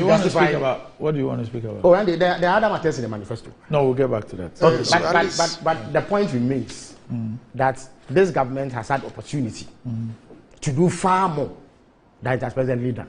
And quite frankly, the offerings have not been impressive. Their offerings have been poor. Some of the practices that we have witnessed under them are inexcusable. And we are talking about a government that has had a resource envelope of close to $1 trillion Ghana cedis. For all the criticism that they leveled at us, we in the NDC in an 8-year period had under 250 billion Ghana cedis to manage this country. Everything put together, revenue, both from traditional and non-traditional sources, in other words, direct, indirect revenue, from our exports, grants, everything else that came into the national coffers, amounted to 250 billion Ghana cedis, or 248 billion to be precise. The NPP has got 4 times of that, almost $1 trillion. And that is if you use a cutoff point of June this year. Beyond that is additional money that is coming in. And yet, their inability to deliver on basic things is most appalling. But the NDC offers hope to the people of this country, and we will do far more than the NPP is ever able to do in terms of the deliverables in that sector. Randy. All right. Okay. Look. Yes. So you see, I think the point has been established that this principle or concept of using inflows to get facility and pay over time, whether, according to Phyllis, they had money coming from ESLAF or whatever, is a concept that showed up when they were in office. And the point we are all making is that we have to look at how to make sure that that concept does not injure those who succeed the offices that they occupy. Because if you are not careful, you can be in office, want money to do carry out some work, and your predecessor might have front-loaded, how do you call it, your inflows against the fund. You've talked about the diversion. But if it solves a problem, you shouldn't worry. You will not to your benefit. You see, I'm saying so because, with all due respect, sometimes, it's not all the time, people in an office can go into a contract not because all the benefits will accrue immediately, not because those who succeed them cannot do what they want to do, but it's because the process of procuring the person, they feel that they have ways to benefit or profit from that. That's what I say, sometimes, not everybody. So because there is that tendency, we should be careful. You see, sometimes, look, we should not create leeways for others. Left to me alone, that principle should be abolished. Whatever you raise, use it to do what you have to do. If a government centrally, from the center, the government can say that I want to do motorway and pay overtime, but don't go and use an earmark fund and go and present the receipts to a bank and say, because I normally receive 10 million, give me 1 billion. My point is that let others also receive what they deserve and do what they have to do. That's the point I'm making. Doc, you see, building a country is a process, Doc. It's like building a family property which is very imposing. Or building, you know, someone said in certain countries, some cathedrals and things were built over 15, 20 years. Any project which is imposing, capital intensive, a lot of work can take time. And I don't think there's a big project to build than a country, Doc. Health. If you talk to those who provide health care to Ghanaians who were on NHIS, the hospitals that are accredited, they will tell you that around 2015, 2016, the 24 months before we came to office, I'll not even go far, they provide service to Ghanaians, and to get money from the Mahama government was a serious struggle, Doc. Whether it was as a result of non-release or CAPI or whatever, bottom line is that you had an NHIS that had serious difficulty in giving money to those who take care of Ghanaians. And that's what led to this situation where you have the card, but nobody wants to see you, Doc. Today, it has not vanished. You hear stories that tell you, I had a card, I was charged. You hear stories that tell you, people will tell you, Doc, I was taken care of. Point is that it is work in motion. And for me today, I will continuously remind the viewer that the candidate Phyllis is presenting to you has been in control and in charge of this country before. It doesn't mean he remains the same forever. But we must question what has changed. If he has built new capacity, maybe possibly he can do things differently. If he has repented from some ways, he can do things. But I want Phyllis to know that the institutions he's mentioning have existed under Mahama, and they have very, very serious challenges. Now, he said, this we waste money, we do sloganeering instead of pushing money into serious areas. Well, I believe that we've invested in a lot of critical areas. And immediately he said so. I had a town hall meeting 2 days ago, and a woman requested that I should help them to get school feeding for one of the public schools in the community. And the woman said, Doctor, we give the kids sometimes 10 cedis, 15 cedis for food. Doc, when you go to the ground and you meet the ordinary Ghanaian, these are the real things. And you know what the woman said? He said, Doc, many other schools say, I'm free. And it's not easy to give 15 cedis, 10 cedis every day. So I should go and beg so that they bring school feeding for that school. What point am I trying to make? Before Akufo-Addo became president, the number of kids who were being fed under the school feeding program was 1.6 million Ghanaians. Doc, within this period, we've moved it to 4 million kids. Point that I'm making is that maybe it's not exhaustive, but we are building a country. So obviously, the way the woman talked, if you increase the numbers, it's a worthy investment. Of course, if I want to start mentioning roads, hospitals, and all that, because I'm in the health sector, let me say that those who are watching from hospitals across Ghana, under John Mahama, some MRIs and CT scans were fixed across Ghana. Doc, check how many months they worked, if they even worked at all.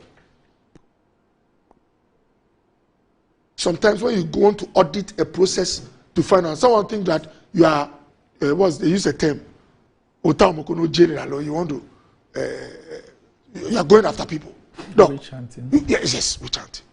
Cape Coast, they have a big hospital built under John Mahama. It's an imaging unit. Doc, the big MRI machine there, they've been white elephants since they came.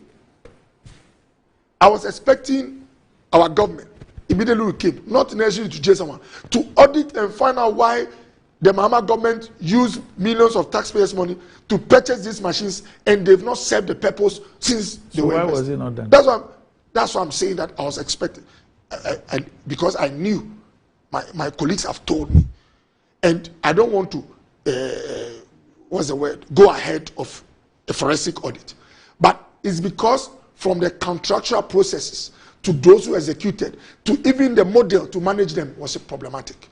So you go to Tamale, they also have a CT scan MRI. Doc, even the roof, apparently the building to even house the equipment, the hospital claims that the building was not ready and all kinds of stories. But the point I'm making is that under John Mahama, we've had serious challenges. We've used money to try and solve these problems before. It did not give us the intended outcomes. These are things that we have to look at so that when we are talking, we should know that we had opportunity to fix them. Even if we put money in, how judicious, how did we monitor the process, and what were the outcomes? But for somebody who's watching us, yeah, that a government took over power in 2017. State money, state resources have been used to retool hospitals. And from what you are telling us today, those equipments, white elephants, they never functioned. They were never used. And yet, we did not see the need to... Look, remember I've said it here before. Okay? I mentioned this is not necessarily to tell you that go and blame someone, no. I mentioned it for you to know that my brother who is doing these presentations, they are not like cheddar. But how will he, you see, how will he even know? So I'm saying that how will he even know? So if he doesn't know, he knows that they acquired. Yes. He knows that they did a retooling. Doc, you are telling us that after almost 8 years in office, you are telling us that the thing never worked. Doc, it's not that, Doc, listen, it's not that immediately they finish installing them, they left power. I know that at least the machines were there for at least 12 months, at least. It could be longer. But you know the point I'm making, Doc, because I know we have assets and liabilities in terms of performance. When I say assets, performance, things we've done which are strong to make a case, and there are things which are weak. My attitude is that both candidates have been part of regimes who have had opportunity to look at the challenges we both are talking about, and that judge them by how they've assessed what they've been part of and what they want to do differently. I'm not one of those people who say that Mahama can never do anything good because for 8 years that he was part of the government that we inherited, he did things badly. People can develop different capacity. People can even have a change of heart where down they reprioritize. So, but my point is that don't treat Phyllis here as someone who is representing an entity which is fresh to our scene. You get what I mean? And I continue to say that so that the voter or the viewer would scrutinize us, be analytical. When you were there, how was it? Now that you want to come back, or the things you're talking about. And Dr. Bamian said something very, what's the word? Very poignant at Takoradi. He said, looking at someone's track record and how they honor what they said they would do is a predictor of their chance of doing what they say they are going to do. That's why sometimes I go back, Doc. And as for hospitals, I know in the past there was this rhetoric that, oh, MPP, the very hospital. I think as we commission the hospitals, that talk is going down. I'm happy you mentioned Dodowa. That's a fine hospital. The company mentioned NMS. They started their projects in 2012. They were supposed to build, I think, 5 hospitals and 1 accommodation. They call it European Flats at Takoradi, that European hospital. From 2012, they were supposed to complete their thing within, I think, 24 months or 30 months. So by 2016, they should have finished all the 5. Dodowa, Kumewu, Fomena, Abetifi, and I think Garu also. No, they did only 1, which was Dodowa. When we came. You mean they completed? They completed 1. The rest all were average 27-30%. When this government came, we found money. In fact, they had contractual issues because even under their health minister, a letter was written to NMS that the monies they had, what they've spent should have done more facilities than they had done. So they were back and forth between the vendor and the government. We sat down, AG helped to reorganize this facility, get extra funding, and they've completed Kumewu, completed Fomena, which we've gone to commission. And I think Abetifi has had challenges. We are now trying to. So the point is that the one you are celebrating, from 2012 to 2016, it's about 3 to 4 years. It was 1 that came up. And Akufo-Addo, he didn't say that this was a project conceived and started under John Mahama. He came and he has completed 2 in fact, 3, the European facility, as in accommodation flats, is also done. So, Doc, that is the approach. And UGMC, I've mentioned it on your show before. The day John Mahama left office, if you had been raised to UGMC, one, there was no nurse that could take care of you. If you needed surgery, no theater could operate on you. The Akufo-Addo government is the government, under Akufo-Addo government, brought an agreement from, the cabinet. A facility was procured when I was in the 7th parliament to do phase 2 of UGMC. It is the phase 2 that brought in the other necessary complementary items, including recruitment of staff and all that, to make UGMC a functional hospital. Look, are you know what I'm saying? These points must be made so that if the Akufo-Addo government had not gone for the phase 2, and phase 2, by the way, is part of the hospital project. In fact, may you so rest in peace, JEA Mills. It was under JEA Mills that this concept of a teaching hospital which belongs to the university and not doctors going to Korle Bu was conceived. The agreement started, it was crystallized when John Mahama succeeded him. I know they don't mention the man that much, but because I have a good Ismail Sani, that's why I have given him his due. So JEA Mills, John Mahama, and President Akufo-Addo have all committed time, resources into UGMC. And by the way, it's not that I want to downgrade UGMC, but my brother is talking like we now have a quaternary hospital and how do you call it, Korle Bu station. Almost any and everything you can do in UGMC. You can do in Korle Bu. What made them quaternary is that we wanted to add serious research and development, where you have vaccine institutes. You attach. So there's still a difference. Of course, exactly. And look, I'll just say this, just to remind people. I don't want to bore people. When John Mahama was president, together with previous presidents, Comfort Anoche Teaching Hospital, that's why I trained. Even when I was there as a student in 2005, in the wards, look, come put the ward there. Most of our facilities have suffered decay over years because I was there 3 months ago. Yes, doc. They are very old. Sometimes they look dirty. I know management tries to paint and all that, but these are old structures. They were old when JM was president. I've heard those who say that if Bawumia had all these wonderful ideas, me no FA. Oh, NMFA JM. But he answered the word. Actually, you are in a discussion of it. I was there. All these buildings were there when JM was president. No. And you know, Comfort Anoche, they had a maternity block. I learned at Champo. I didn't meet him. I learned at Champo started. That building, when we were in school, it was a huge edifice, but you could see that it's an abandoned block. It was supposed to provide, apparently, I think 400, 500 beds to help carry. And this president, many years ago, envisioned that as the population grew, Comfort Anoche will need more space. No, nobody had the courage to go near that project. President Akufo-Addo initially brought a facility, an agreement in Parliament for us to renovate and bring it up. I visited the project a few weeks ago. The contractor said when they started to handle the edifice, they realized that structurally, if you try with time, it will collapse. They brought the whole thing down. But that's very strange, because even before you do that, the first thing you do is to. Yes, I think the report they had, but it happens.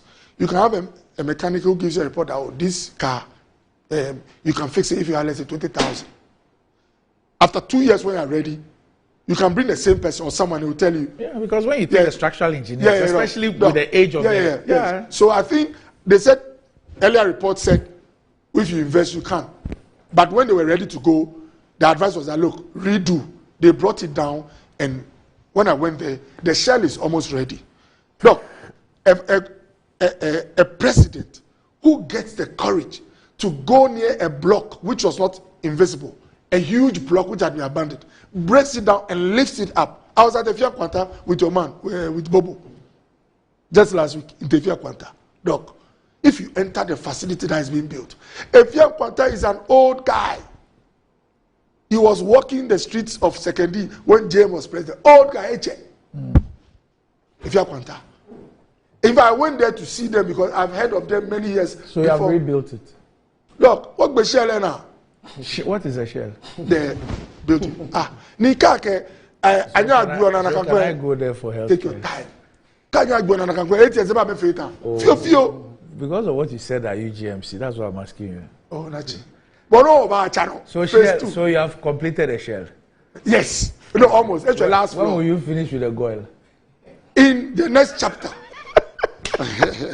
Look, so no, I think look, right. The point I'm making is that both leaders have been part of the past, Doc, and we should look critically when we go into. I saw some very interesting comments or capturing in the NDC manifesto, Doc. So as we go to the next phase, all I'm saying is that Phyllis should not behave like he's a new kid on the block. He's been around with his boss. Me too. Me and my Baumia, we've been around. The viewers should check our past. Check what we are saying. Your past. But you are still here. Oh, Nachi. But if you want to still here. The only thing is that you don't want to do but everything. But Phyllis dead. He's also still in the present. Only like opposition mayor. But you have told us that if you do everything, there will be nothing to do later. So we'll leave some for Baumia to come and do. Huh? But he's not part of what you are doing now. You are saying we cannot finish all today. Oh no, I was just quoting somebody. Okay. I don't know. Okay, all right. Felix, let's take a break. All right. All right, we'll be back shortly.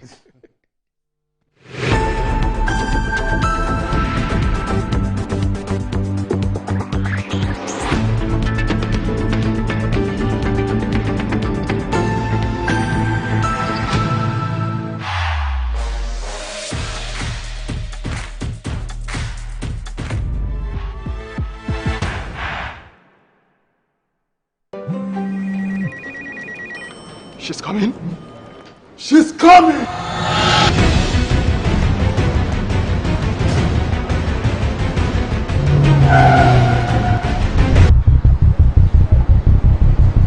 Oh, it's in. Red Hour Cito!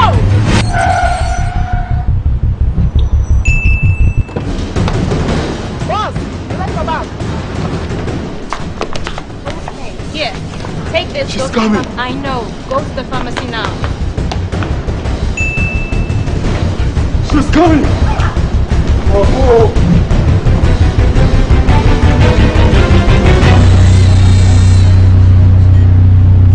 She's here.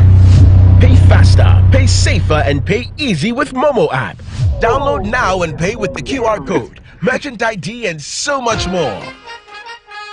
Experience the enhanced protection of Star Motor Third Party Extra from Star Assurance, an enhanced motor third-party insurance policy that provides cover for loss or damage to your vehicle's windscreens, side mirrors, back glass, and other glass components. Whether it's a crack or major damage, you can drive with the assurance that your vehicle is well protected.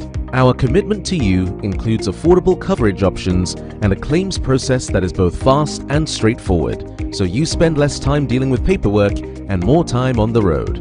Also, we have proudly partnered with Hope for Little Lives, an organization dedicated to supporting children in need. By choosing Star Motor Third Party Extra, you're protecting your vehicle and making a positive impact. Every policy you buy helps bring joy and support to children in underserved communities. Reach out to us now on our toll-free numbers 0800-177-177 or 0302-245-906 to sign up. Let us help you drive with peace of mind and purpose. Star Motor Third Party Extra. Drive with confidence, give back with heart. Star Assurance, your solid partner. Choose the perfect prize for you every week and stand to win your choice of exciting prizes, all to get more of what matters to you. Exclusive to Betway. Betway, get way more. Terms and conditions apply. Regulated by the Gaming Commission of Ghana. No under 18.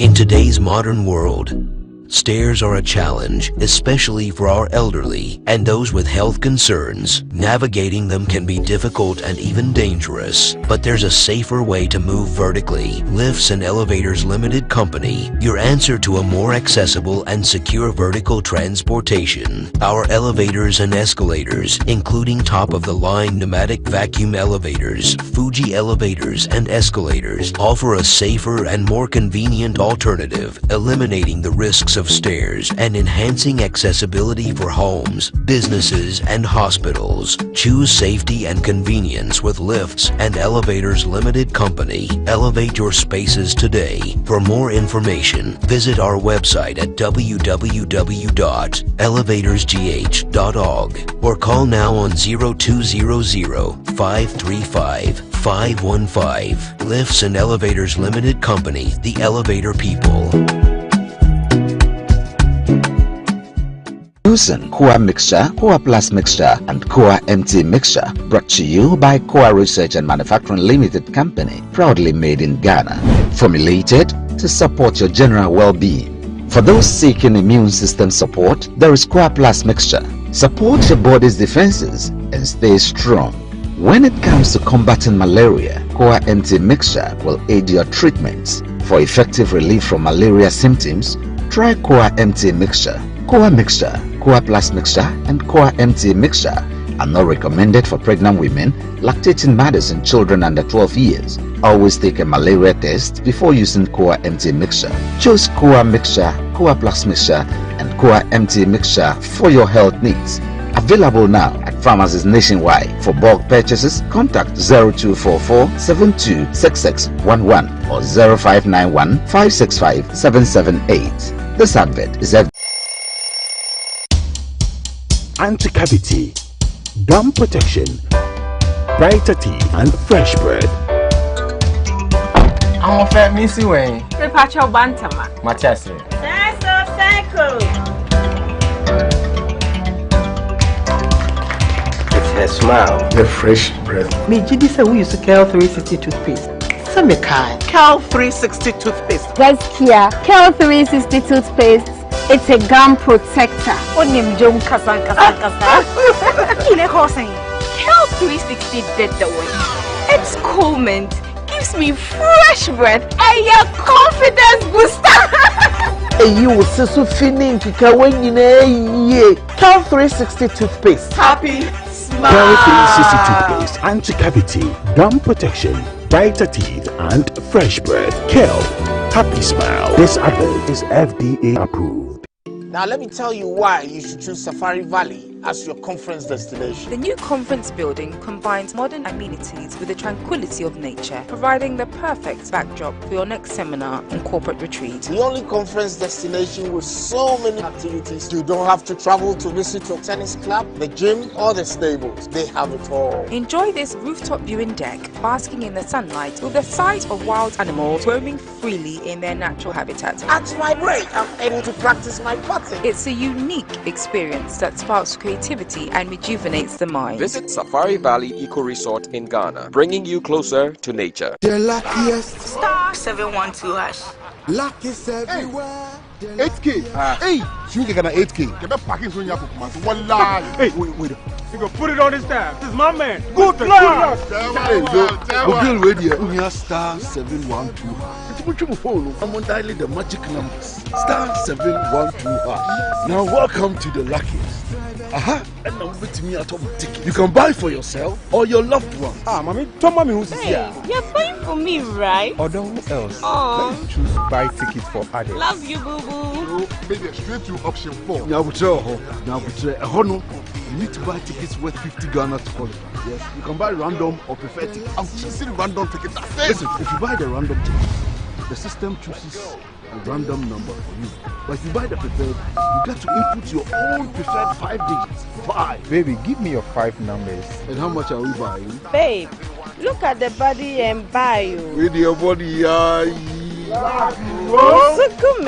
Hey, tread cautiously. Now follow the prompts and confirm. Now the luckiest. The luckiest is regulated by the NLA on the Caritas platform, not for persons below 18 years. TNCs apply. Hello, My name is Roland Walker. I'm here at Coastal Park.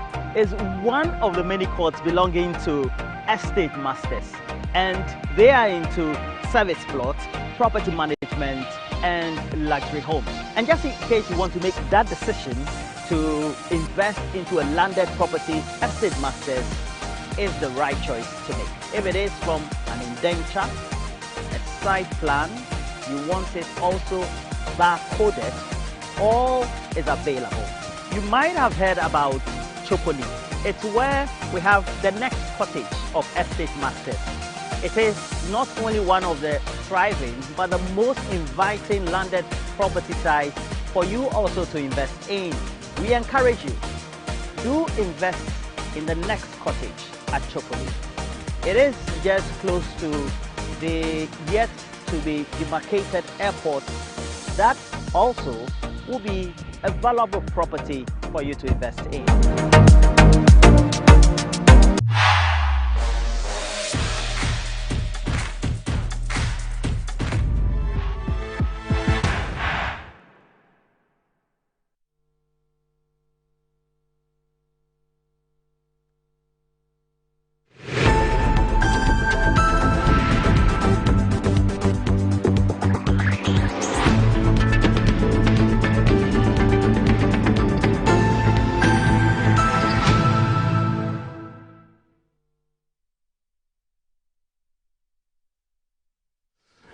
Right, welcome back to the show. If you just joined us, this is Good Morning Ghana live on Metro TV. Still with me on the show, I have Dr.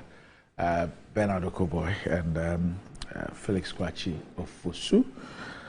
With Betway, you're guaranteed to get more chances to play. Betway's Pick Your Prize lets you choose your preferred promotion to make the perfect sports bet every week, from payout boost to cashback. Plus, you also stand a chance to choose your own prize, from vouchers to electronics and the grand prize of an airline ticket. Visit betway.com.gh to find out more. Terms and conditions apply. This is regulated by the Gaming Commission of Ghana. Bet the responsible way. Betway, get way more. And Blue Jeans Energy Drink has been on the Ghanaian market for over 20 years. We already know what it does for the body. It contains vitamins and nutrients like vitamin B2, B3, B6, B12, as well as taurine and guarana, which are known to boost your strength and energy, as well as promote high performance and endurance. Blue Jeans Energy Drink has been tested and tried. It's indeed the best. Blue Jeans Energy Drink is for bold and active men and women. So go and grab a cold can and power your day. It's in shops nationwide. You can reach Budget Cash and Carry Limited on 0208 128 190 055 001 0000. Felix. I'm astonished that my brother Okoboy would make the mortal mistake of attempting to pitch his candidate Bawumia against John Mahama. The first question that you would ask is that what would be the basis of any such comparison? They are both candidates in the next election. So we are talking about healthcare. Okay. Exactly what has Bawumia done in healthcare to warrant such a comparison? What his government has done.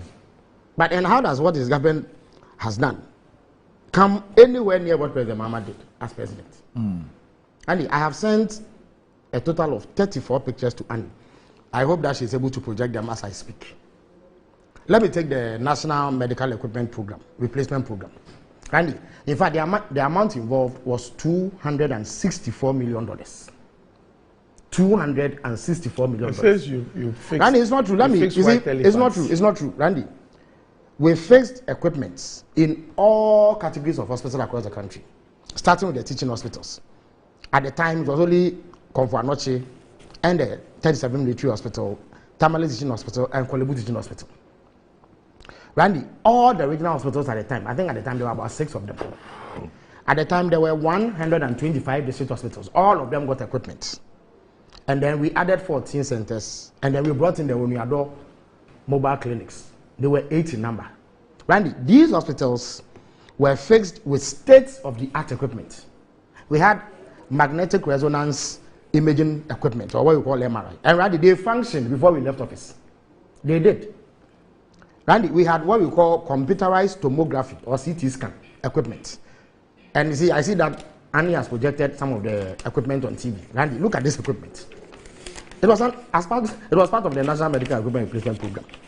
We had fluoroscopy machines, X-ray machines, digital mammography machines, oxygen plants, ambulances, and what have you. Randy, there is a surgical unit of the Kolebu Hospital. surgical unit of the Colombo Hospital. This is a theater that was refurbished under the National Medical Equipment Program. This thing that you see on TV, Randy, does it look like something that doesn't function? Randy, this is the Accident and Emergency Center of Kolebu, which President Mahama did. Look at the quality of equipment here. So how can anybody claim that we fix white elephants? How is that even possible? So what is Baumia's equivalent? What is Baumia comparing himself with? Okay, so the National Medical Equipment Program, what is the MPP's response? Or what is Baumia's response? None. Zero. And I would even have thought that Okoboye would restrict himself to a comparison on their respective leadership of the economic management team. But he knows that... That was because we were discussing health. Yeah, so that's why I am astonished at the comparison that he seeks to make. Because there's no basis for it. But Bawumia has nothing to show in healthcare. If he relies on what his government has done, I have said that we did the National Medical Equipment Program. Where is the MPP's equivalent of this? Right, let's go to UGMC. Okoboye claims that they came to do phase 2 of UGMC. And the last time I was here, I explained what phase 2 was. If he himself has explained it. You see, before him, if you heard them speak about it, they created the impression that they expanded the hospital under phase 2. The last time I came here, I told you that the only addition, the physical addition they did was an 8-unit bungalow. Before they did that, under phase 1, Randy, there was a 48-unit bungalow built as part of phase 1, which existed. They just added 8 more to it. That's all. Randy, I have also given pictures of UGMC as of 16th September 2016 to Annie. Randy, that is it on your screen. This is UGMC as of 16th September 2016. This hospital was commissioned on 4th January 2017. Randy, does this look like a hospital that is not functional? But it wasn't open to the public. But Randy, so what? That is a minimal activity. We happen to have lost elections. But if we built a $217 million, 650-bed hospital and fit it with state-of-the-art equipment, as I am showing you today, Randy, what was it going to take for us to bring in medical officials? Randy, even at the time, some of the medical personnel had gone to Israel to start training, because you know that this hospital is modeled on the Sheba Medical Center in Israel. The loan for it came from the Hapua Bank of Tel Aviv in Israel. And it was part of the agreement that we will send over health professionals for training to handle the needs of this hospital. So if you tell me that we came to do phase 2, and I should give you same plot as the one who conceived, built, and established it and equipped it with this, I don't think there's any hospital in Ghana that has this sort of equipment. And everybody agrees that the sort of services that UGMC engages in is world class. Indeed, we speak these days about medical tourism. And if there is any facility today that we can pass off as one that would boost the medical tourism sector, it is UGMC. And you've seen the videos made by people who have come from outside Ghana and have expressed pleasant surprise at the quality of the facility, the quality of the equipment, and the quality of care that they receive there. So what exactly, how is Bawumia involved in this one? How can Bawumia stand toe-to-toe with Mahama on UGMC, for instance? What is Bawumia, what is he going to show, Randy? What is he going to show? And Randy, yes, President Mahama has a track record, but so does Bawumia. And let me put it beyond that. Randy, the NMS hospital, Abetifi and Kumewu were not at 20%. That's what Okoboye claims. You know, again, anybody who wants can go on my Facebook wall. Because you know, Randy, I beg your pardon. Oh, Randy, Abetifi had crossed 50%. You see, there's a website, Randy, the NMS will have a website, okay, where they put progress. Almost every week they update it. Since they started the project sometime in 2014, you can go there and check. Kumewu, what had happened was that when they came into power, they asked the contractor to stop work, pending so-called investigations. By the time the investigations was completed, they didn't find anything untoward. But the contractor had incurred forex losses, and so he was demanding an additional $38 million to complete the project. But this is a $175 million project that the contractor was commissioned to do. And anybody who sees the pictures as they've been put up will know that what the Cowboy is saying cannot be true. They were not at 20% completion. Road one was complete. Abetifi had gone past 50. In fact, they had even started work on the residence for the doctors. Same for Kumewu. It was Garu that had not started. And then even the European hospital, the housing project, had come up. They actually finished plastering it. They hadn't painted it yet. The cause of the delay was a so-called investigation that took about 2 years to complete. They found nothing. If they found something, he should tell us. Investigation by who? By the Ministry of Health. Oh. The government, yes. They said they were conducting investigations into it. By the time they were done, the contractor was demanding an additional $38 million because he said he had incurred forex losses due to the halt in the execution of the project. That is why that project delayed. The one that had not started was Garu. So it is not true. What is Baumien's equivalent to that? Randy, why? Even the Kaswa interchange, you know that it came with a community development component, which involved the construction of a polyclinic. The Kaswa Polyclinic is an 80-bed facility. In fact, it is bigger than the Abu Dunkwa District Hospital. It is bigger. There are district hospitals that have 40, 60 beds in Ghana. But the Kaswa Polyclinic is an 80-bed facility. And it was part of a road project that President Mama undertook. Randy, the pictures you see, does it show you a hospital that is 20% complete? Which one is this? I'm sure this is Kumewu. Is this a hospital that is 20% complete? Kumewu, this is not it. No, this is not its current state, but this is the state in which we left it. But what shows that this is the state you left it? But why? Where did they get the pictures from? No, where did they get the pictures from? Where did they get the pictures from? I've just sent them to Annie. No, is this a hospital that is 20% complete? Where is this? Why? In fact, this is actually a Betifi. Right? Is this a hospital? This is from CTF. Yeah, but Randy, is this a hospital that is 20% complete? You said 50. Is that 50% complete? No, listen, Randy, I told that if you go to the website of the people, they show progress consistency. By the time we came in, the people had started the main buildings. They had even started constructing. In fact, in the case of Abetifi also, they had even gone very far in executing the housing project for medical personnel. In some cases, they had even roofed it. But they left it to decay and it's rotted. So they had to come and start all over again. So it is not true that you came to meet them at 20%. Randy, this is not 20% complete. 20% completion, you will be digging foundations. So this 1%, this one? This is more than 50%. What they are left with is to roof and equip it and then do the, what do you call it? Right. Ancillary works. What's the 50? No, but is this a 20% complete hospital too? And what you see, Randy, you have built a house. When they say a building is 20% complete, okay, question. Is this a 20% completed building? Is this a 20%? Is this building one that is 20%? I wanted to find out from Dr. Kuba what's the state of completion of the cathedral. In fact, it is a cathedral that you can say is 20% complete. They've done trenches and they put something zero. The cathedral was a 20. From ABC, we've done 20%.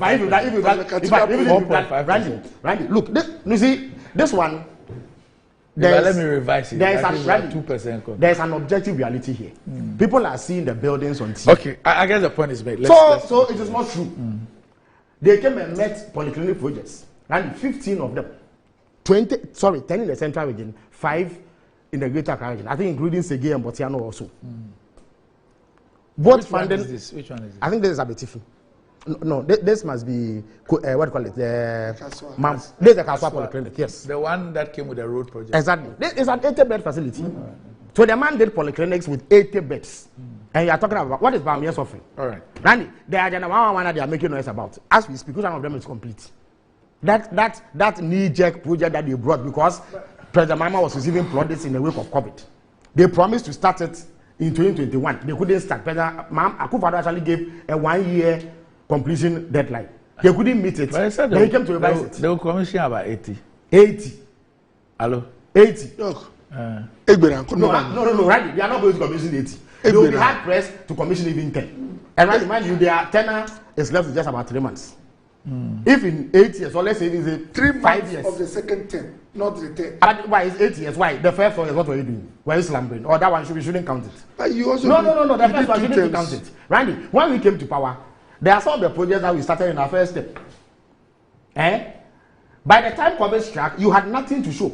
And in fact, it was because you had come under intense criticism and President Mahama was receiving plaudits that you rushed to launch Agenda 111 when you didn't know what it was about. Did President Akufo-Addo not tell us sometime in June 2020 that they were then launching Agenda 88 and that it will be finished in June 2021? They did not tell us that. By June 2021, they had not laid the foundation for even one. It was a knee-jerk response. It was a political promise they made to mitigate the impact of the plaudits that President Mahama was going into that election. And that is how come they are stuck. Even the procurement process, did Okoboy not appear before the Government Assurance Committee and fail to defend the procurement processes? What do I defend? The procurement, was it done by your ministry? Oh. It was done somewhere and foisted on you. In fact, you know little about this project. What are you talking about? The procurement process, did the Minister of Health, you are the Minister of Health, tell everybody, did you mandate to supervise the procurement process? But I thought the 111 was under the presidency. They created a bureaucracy for it. Just, when I talk about wasting money, why Minister of Health? You said they created a bureaucracy. Yes. Randy. They had coordinator and all those why things. Do you Randy, the Minister. It's a bureaucracy. Randy, the Minister of Health. To administer it. Randy, the Minister of Health has constructed, they construct teaching hospitals. Randy, if you are building Randy, the Ministry of Health constructs teaching hospitals. They construct quaternary hospitals. Don't you have a project unit? Don't you have a project unit? Let me address the issues. Randy, don't you have? Randy, you see, you don't have a project. Randy, the expertise. You think Jubilee House they don't have a project? Project management. Don't you have? Randy, the expertise that the Ministry of Health has, they can build quaternary hospitals, teaching hospitals, district hospitals. They even build CHIPS compounds. You want to build just district hospitals and you go and create another bureaucracy to handle it, wasting our money. Okay, all right. Doc, because you're a minister, I'll give you 3 minutes, then we'll move on. The procurement process of Agenda 111. So does your office control it? Both of you have spoken to us. If I were not a minister, we're done. We're done. What information were you doing? So, but let him answer the question. Are you a minister? The procurement. I was a deputy minister. But I do know that you have, in fact, they call it the capital. This minister's time. Are you a cabinet minister? Yes, so he has to be a cabinet minister. I'll be surprised. This cabinet minister's time. No, he is. Absolutely, he has to be. No, I'm just telling him that he should have added the cabinet to the question. They've given cabinet minister 3 minutes. And you are eating into the time. You are not a minister. The development, the infrastructure unit as the Minister of Health. You can't supervise Agenda just district hospitals. Honorable former deputy 120 bed district hospitals. Honorable former deputy minister, defer to the cabinet minister. Yes. The president has trust in his competence because he didn't give Agenda 111. Mr. Minister. See me after the show. Or what? Okay. No. See, the NMS project, I'll not talk plenty, just so that I'll move on. Yes. Segbefia, my senior, there were correspondence from him to the company showing that there were serious challenges with the project. In fact, challenges that were so significant, he had to go through, I don't know what to call arbitration, as in they had to trigger the discussions you have when a project is threatened. Doc, you understand? And look at the time. It started 2012. Even if it took 1 year to consolidate the project. Doc, hospital, how many years Sakama Hospital? By 2016, when Mama was leaving, if all was well, you would have had not only Dodua, most of them would have been done. So I just want my brother to know that even when they were in office, their minister, sector minister, was writing to the company. But of course, there's nothing wrong with that, Randy. What's wrong with it? Yes, so that. That's part of project management. If you have disagreements with the, or you have problems with the execution, you can point it out. There's nothing wrong with it. I've sent some Agenda 111 pictures to your production team, but because of mafia, I've just seen one. I've seen. But this is a serious allegation. They've been showing it. You were not watching. How many will you talk? So mafia how many will commission this year? Is this not one of the pictures you sent? Yes. How many? This one will do. My picture was not Is this not one of them? But this is actually a live action picture. So it means the production has enhanced. Absolutely. You have to see the optometrists and opticians at your office when you go back. I didn't sleep well. This is not your Agenda 111. No. So you see. I see what. If what Felix showed is 20, is 50%. But this is about 60-70%. I'll grant you that. So what's the problem? 70%, Doc. Call my exams, no, not 70%. But the president said you will finish them in 1 year. Exactly. When you have, he didn't when finish you are one. building, In fact, Doc, he hadn't even started Doc, one. Only few leaders have the courage Nana has. Courage to do what? To embark on a project that at a go builds over 100 health facilities. Have you built 100 health facilities? And Phyllis is telling you he see 60-70% above for most of them, at least 70% of the projects, Doc. Which most of them? If we break the 8, all these projects. And if you don't break? What are you talking about? When you don't break, what will happen? Doc, we continue the Abetifi, the NMS projects that President Mahama built one after 4 years. So, if it is the will of Allah, that is not my candidate. Continue after 5 years, after you wasted the contractor's time. But I told you, even under your government, under John Mahama, your government had issues with the contractor. Yes, but that one is but we didn't spend 5 years reporting to investigate. No, when you came, listen, when there's project management where you have disagreements with the contractor, you write back and forth. I'm not happy with this, I'm not happy with that. You came in and said that you were conducting a forensic audit into all projects. That took you 2 years. After the 2 years, you did not make any finding of fact. It's not the audit that. But which audit? That is what they did for 2 years. I've seen in the NDC manifesto. Just 1 second. That they've said a lot of who establish cashew processing factories. When we talk about industry, who establish cocoa farms in cocoa berry. Government is going to build factories now. Well, we built a factory. Is that what they're factory in the last time? Are you saying it's wrong? Well, we can't do it. In modern economic development, government have a factory. But the gas plant is not a government factory. Yes, gas plant, Taflache factory in the one. No, is it not? I mean, on gas. But Oliake, it is connected to our oil and gas sector. And Oliake, I'm a marketer. It is sure. He's here. Let him explain it. No. They sell LPG. I'll give you one. So Felix, let him finish asking you the questions. Let him finish asking you the questions. It's like having a unit built to take some byproduct. Please, you ask the questions. What do you want? So, look, let's be clear. Any government who dares start things that Nkrumah did, and both theory and practice have shown are not sustainable. In this day and age, you have a government say we are going to build a processing factory. What you have to do is to get private investors, create the right environment, have an investment-friendly environment. Look, it has been shown. Nobody tries it now.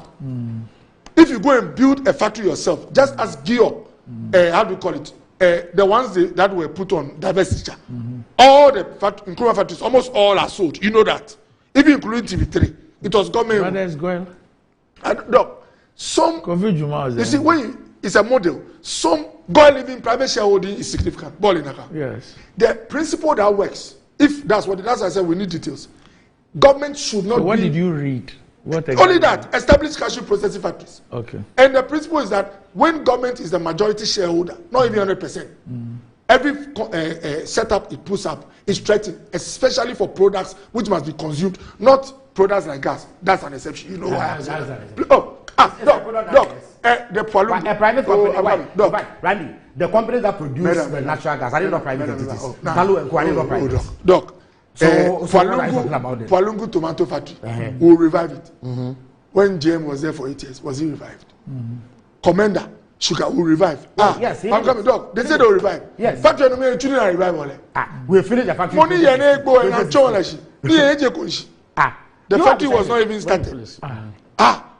But I thought I heard your trade minister say that you found somebody. Yes, but when say you found somebody who come and run the factory and pay government something yearly. Yes, but so that your person is coming to take the dead thing.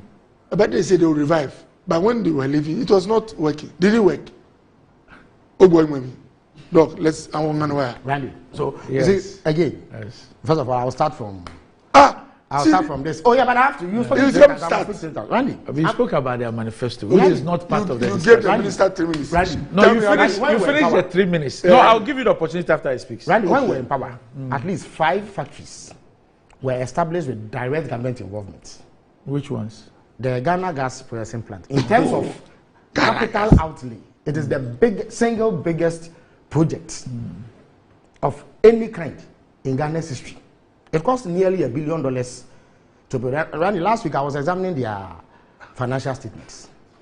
They are owed about $600 million or so by VRA. And yet they are still functioning. And they sell half of the LPG we consume in Ghana. And then they have what they call natural gas liquids, which is a byproduct of gas processing, which some industries use as raw material to fire their furnaces and generate power. So they make a lot of money. How many companies will survive if they are owed $600 million? That is a fully state-owned enterprise. And what are their equivalents in terms of private sector management in the sector? Is it not Gensa? And we all know the corruption that is inherent in that. How they are selling gas below the commercial rate just to facilitate the businesses of some private sector cronies of theirs. That is their idea of private sector participation. Randy, we did commend a sugar factory, and I was there on the day of commission. That factory was set to function fully. All that they needed to do, Randy, we left for us 6 months after the factory was commissioned. This is a factory that can continuously produce for 100 years with proper maintenance. All they needed to do was to continue from where we left off. We left them a $25 million facility from the Indian Exim Bank to establish a plantation. They just needed to take that money, establish a plantation, help out growers so they can buy from them to get raw materials to produce sugar. They have refused, flatly refused. So when we say when we come back, we revive it, there's every basis for it. We birthed it. We built it from scratch, a new factory. We didn't go and refurbish the old one. Yes, it was on the site of the old one, but it was built from scratch. Randy, the Kumasi Shoe Factory, we revived it. Before we were leaving power, they were making boots for our military and security agencies. And they were producing high quality shoes. Randy, the Bupe Share Nut Factory. By the time we were leaving office, they were buying from about 2,000 share nut pickers in that zone and giving employment to the women who were picking the share nuts. So these are enterprises that government set up. On many occasions on this program, Randy, I have drawn your attention to what we did in the private sector as far as factory construction and establishment is concerned. Under the Free Zones concept, over 140 new factories. And Randy, we are talking huge factories. Not small or medium scale factories like we are seeing under 1D, 1F. Even though I have the greatest of respects to all the entrepreneurs who are putting in money to do that. But when you come to what we did between 2009 and 2016, we are talking about 140 factories. The Cargills, the Barry Calibos, the Wilmers, and what have you. These are heavy hitters, global brands who have come to set up shop here in order to produce for export. And 70% of their products are exported. So yes, the NDC has a solid track record of private sector investments in the manufacturing sector. But we also demonstrated that it is possible for government to set up factories. Randy, we talk about China. What in China is not owned by their government? You can argue that they are perhaps a more efficient way of ensuring that they are managed. So yes, the argument can be made, but we should also inject efficiency in the way that we do our things. But there's nothing in this world that precludes any government from getting into business. We don't believe that it is just the business of government to facilitate the business of the private sector. There are sectors where the capital outlay alone, Randy, how many private sector players in Ghana can mobilize $1 billion to set up a factory? No. There's nothing wrong with it. Randy, why? The gas cashew by government, if it's majority, will fail with time. It will not fail. It will not fail. It's been proven theory and practice. You are governing an entire country. Randy knows. No, you are governing an entire country. You can govern an entire country, but you cannot manage one factory producing consumable items. Why not? There are reasons why the theory and the practice show it will fail. He knows. Randy, you are a private television station, Metro TV. That also. Yes. Is that also not GTV? You can argue about who makes more profit. But ask him how they are sustained. But no. But that for me is immaterial. But at the end of the day, that's a social good. Randy, at the end of the day, they are on air. They've not shut down, have they? No. I am sure that it's for social good. But there are exceptions like hospitals, that's energy. Doc, if I tell him, okay. If you let my point. Critical areas. So one of our viewers sends this. It says EDF. I don't know if you guys France, no. Oh, yeah, EDF, yeah, the electricity company. It's a public utility owned by the French government. Absolutely. They are running parts of British electricity. Yes. Huge capital investments are still being carried out by governments around the world. Doc, when you study the economics, there are some sectors, because of security and strategy like energy, health, the GTV, because you want to keep, like BBC, taxes are collected for BBC, so they don't generate money. Like that's what I'm saying. But the British government will not produce a milk production plant because that is not an area you go to. So you disagree? Randy, you disagree with that? Yes. Randy, okay. Yeah. I was that's the practice. So I know we used to go to Parliament to defend the budget of GBC, but that budget essentially is IGF. Even though in the budget to be captured as money allocated to GBC, it is money they collect. Yeah, so they run the operation based on the money they collect. In terms of investments, yes, in equipment and others, the state. Yes, but they are able. Randy, they are able. But that's the public broadcast. Yes, the reason why. But the point is that Randy, they are delivering the same service you are delivering. So the argument that government cannot go into some sectors. In any case, if you differ. Yeah. In terms of what government should do and not do, it's fine. No problem. It presents that to the choice. The reason that's I beg your pardon. Randy, there's, for instance, Ghana Gas. Let's talk about that because he said that it's an exceptional area. Randy, what stopped any private player from investing in gas? But why do we still have SOEs? Exactly. Why haven't we? Why hasn't your government sold all SOEs? Doc, the reason why the NDC government supervised the divestiture. Yes, by the time we took over, some of them were Ghana, but it was not because they were state-owned. Doc, life is a journey. Yes. When you try something and later you find it to be problematic, you are not necessarily blamed. It's a learning curve. But when you start going to places where you struggled, the reason why those pineapple fruit factories in Kuma setup collapsed, if you read the theory and the practice, when you have an entity which is majority owned by government, government officials are motivated not by margins and efficiency. Randy. In Randy, Randy. Show, Doc, you know why? Doc, Cocoa Board essentially operates like a commercial entity, don't they?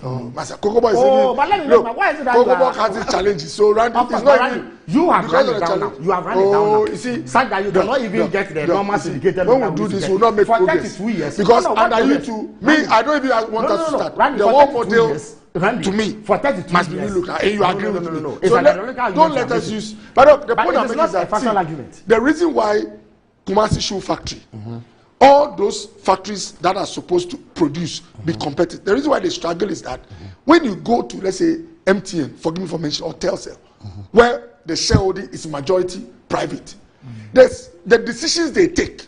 When you have a politician or a government person on the table, most government functionaries, they are social in nature. You see, I told someone, one of my lecturers said... That's why I disagree with you. No, I'm coming. You can disagree. But I said, both theory and practice have shown that factories or entities owned majority by government over time, either they vanish or they struggle. Because and the reason is clear. It's not because they are owned by government. Why? Let me tell you. In fact, the people who serve in government, the people who take the decisions for those state entities, if they were held accountable, this will not they when they have their own private businesses, they run it down. The people who they appoint and the decisions they take for those state entities, they don't take the same decisions. The reason is very simple. If you have, forgive me, you have, let's say, a director of GOEL, who is a government appointee, because government. And is it just he mentions GOEL? In fact, one of the most well run. Go and check the shareholding structure, Doc. But government, yes, you see, of course, my point is, you see, the point is that, look, in areas where government has invested at a place, either it's 50-50 or they're minority, and I'm giving you a reason. If you have a board that is determining how a company behaves, and the directors there are private people, any decision, let's say, go that someone comes and says that, let's say, let me use ambulances. Ambulances need fuel. The way is to pick the vulnerable and the sick. Can we give them all fuel for the year, they need 10-20 million. The first thing, if it's all private, the first thing they look at is if you give out 10 million, are they able to pay? Yeah. Yes. If the directors there are part of government, is entirely government, they are driven by votes, and this is what my lecturer told me. A public person is looking at the people who put them in power. To sustain power, one person will say, look, we'll get a lot of applause if we pay for this going. If one person says about if we pay, it's going to affect the company. The worst part is if a directive comes from a minister or a president and look, this is a top decision pay. No. These are some of the reasons why you don't. No, but you know what I'm talking about. But that's government. I told you about 100 billion Ghana cedi debt in the road sector. These are most. If I don't know of one government contractor in the road sector. Look, I'm even surprised. The private sector players are still owned by government, but they are. Look, I'm even surprised. We are going. I'm even surprised. So as for debt, I'm coming. I'm even surprised we are debating. Doc, I thought by now. No. I thought there's no any government that decides to go into an entity that produces products people use, not the exceptional areas like gas, oil, and all that. Doc, the only condition is that government must not be the majority. Then it's likely to survive. The only condition is that improvement factories. Improvement factories from the rubber to the tie to shoe. Why were all sold? Have you checked? The reason is what I'm telling you. It does not mean mismanagement. No, it's not. Doc, you call it mismanagement. It is the natural order if the person came through popular vote. You see, politicians look at what people. So if people continue to clap for them. So this describes the conduct of the Bank of Ghana. It's an ideological. Randy, the Bank of Ghana. You see, Randy, the Bank of Ghana has been in existence since 1950, if I'm not mistaken. There have been several governments before them. Randy, which of the governments caused the Bank of Ghana to give them 72 billion Ghana cedis? Finance. Which of the governments did? It was a decision taken by this government. It is not the order of the day. Randy, in 2014. Doc, until 2021, 2022, there had been zero financing from Bank of Ghana for the Akufo-Addo government. It's because of the yes, go check it. When they finance from the time we came from 2017 all the way to 2021, it was zero financing. Zero. No, Randy. Randy, come on. So 2017, you were on an IMF program. Yes, zero financing. Hold on. Yes. You on an Randy, you asking me? Randy, I was going to make a IMF program 2017, 2018, 2019. Randy, in 2014, the program crash. Randy, in 2014, the Bank of Ghana advanced Ghana, the government of Ghana, the equivalent of $1 billion in financing. That very year, government paid it back. When we went for the Eurobond, $1 billion out of it was given back to the Bank of Ghana. It was paid. But when you go for a the problem is that no. The problem is that you have mismanaged. So Doctor, Marie in London says that she sent me this that I should read to you. Labour's plan for GB Energy, September 28, 2023. The Labour Party will create Great British Energy, a new, publicly owned clean energy company, which will harness Britain's sun, wind, and wave energy to save 93 billion for UK households, deliver this, cut energy bills, do that. Yes. Look, okay, there are exceptions. Which exceptions? Like energy, health. It's like hospital. It's a business. Every government. Fundamentally, it's a business. Even in those countries where private energy sector players in UK and France. If I dare run it. For national security reasons. In fact, even in most countries, they allow private shareholding. But the government keeps a majority shareholding for national security reasons. So hospitals, you don't. No. There are places where the concept is that if you want to produce eyeglass, medicated glasses, you want to produce shoes, toothbrushes, all things which are consumables, where the consumption market forces must determine. Any government that goes there, the reason why TV3 had to be auctioned, Ghana theater or whatever cinema, all this is because the decisions they were being you have a cultural problem PNDC. Of mismanagement. Are you a grandchild of PNDC? I'm asking, are you a grandchild? Oh, your government. President Kufuor divested Ghana Telecom. Is he not a grandchild of PNDC? Randy, are you not asking me a question? Oh, Baba, there's no problem. When I speak, you say you have no. Same way you are a descendant of the NLM.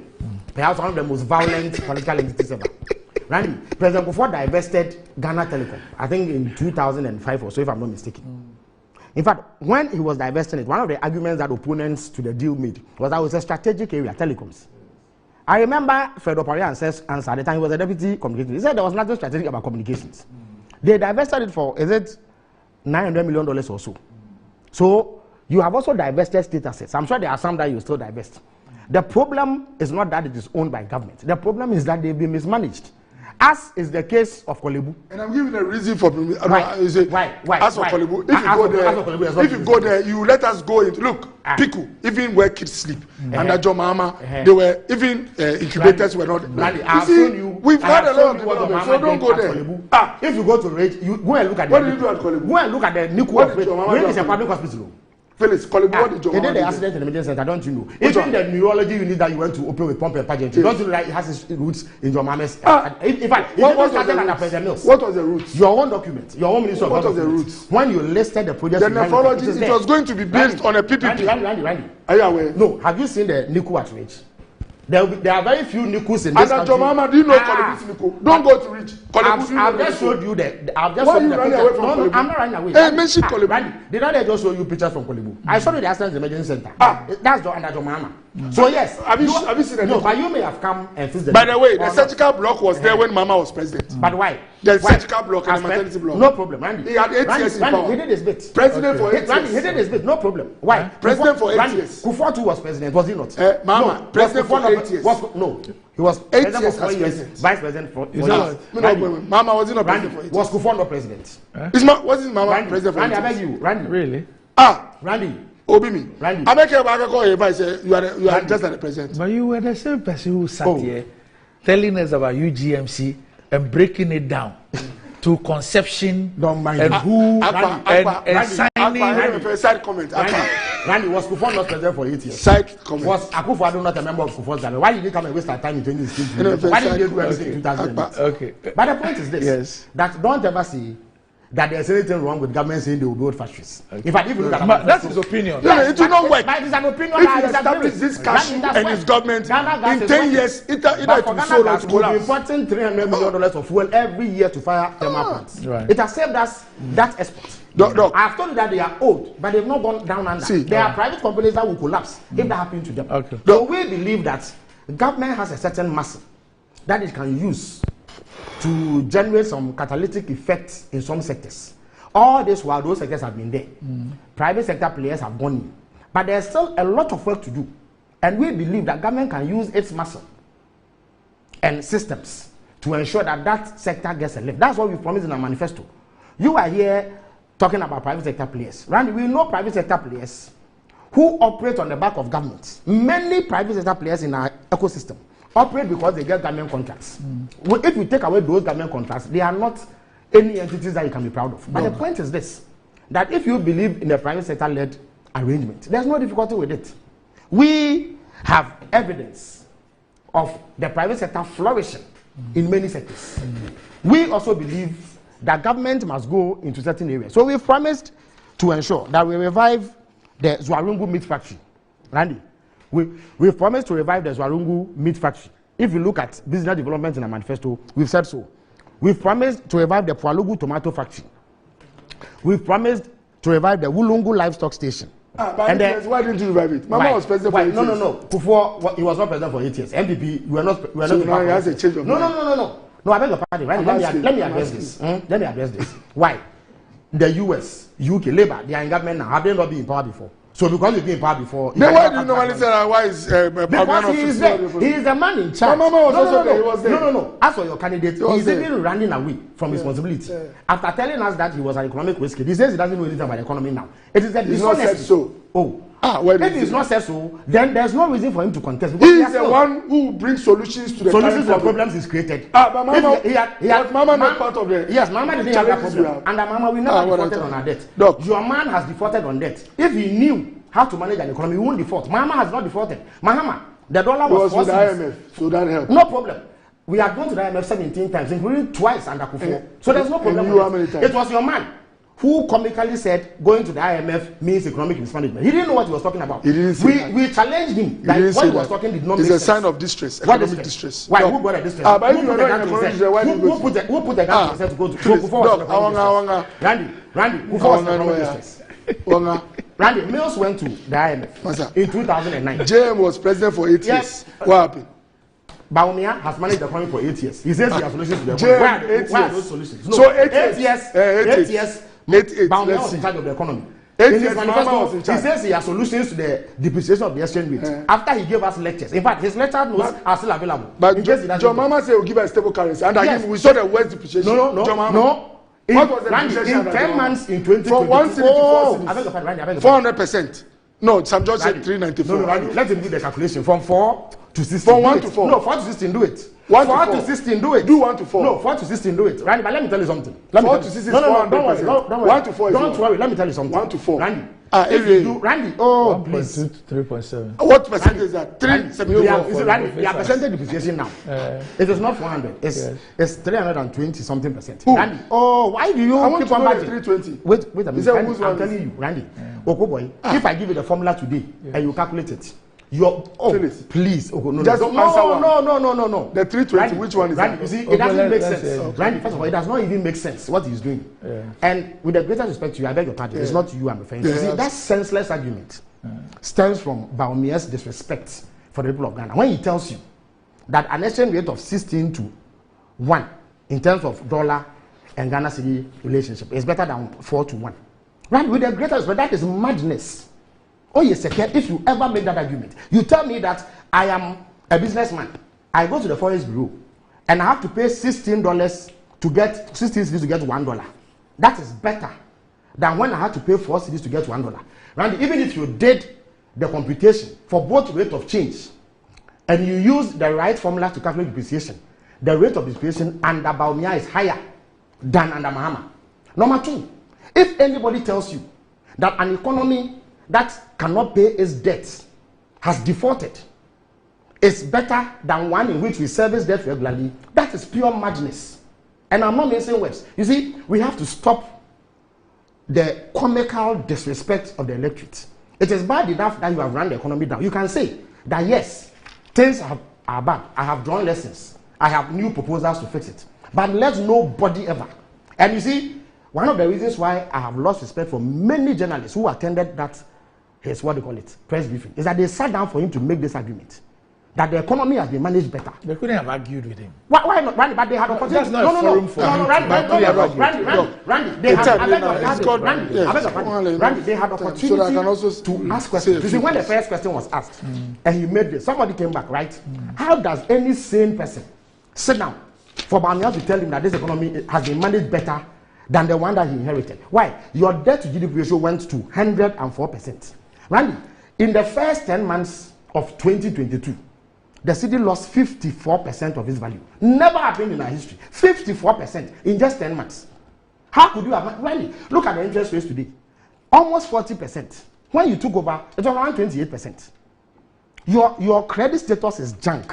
Somebody had B minus, and you say you've managed the economy better. How can anybody make this argument? And we allow this argument to pass. So even if we put politics aside, okay, the usual banter that we do, there are some things that can never, no political leader should ever feel confident to speak to us that way, that this economy is better managed than even in your personal life. If you borrow money and you are not able to pay, are you better than me who is able to borrow money and pay? This is common sense. And if a leader cannot subscribe to common sense, even in the things that we all can see glaringly, he has no business putting himself up for elections.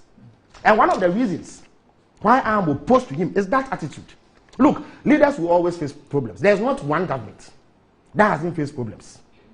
Even Kufuor, who was much better than Akufo-Addo in terms of presidency, had his problems. But you see, there comes a point when you level up with people, you show them respect. You are wearing a watch that has a black leather. We all see that this thing is black.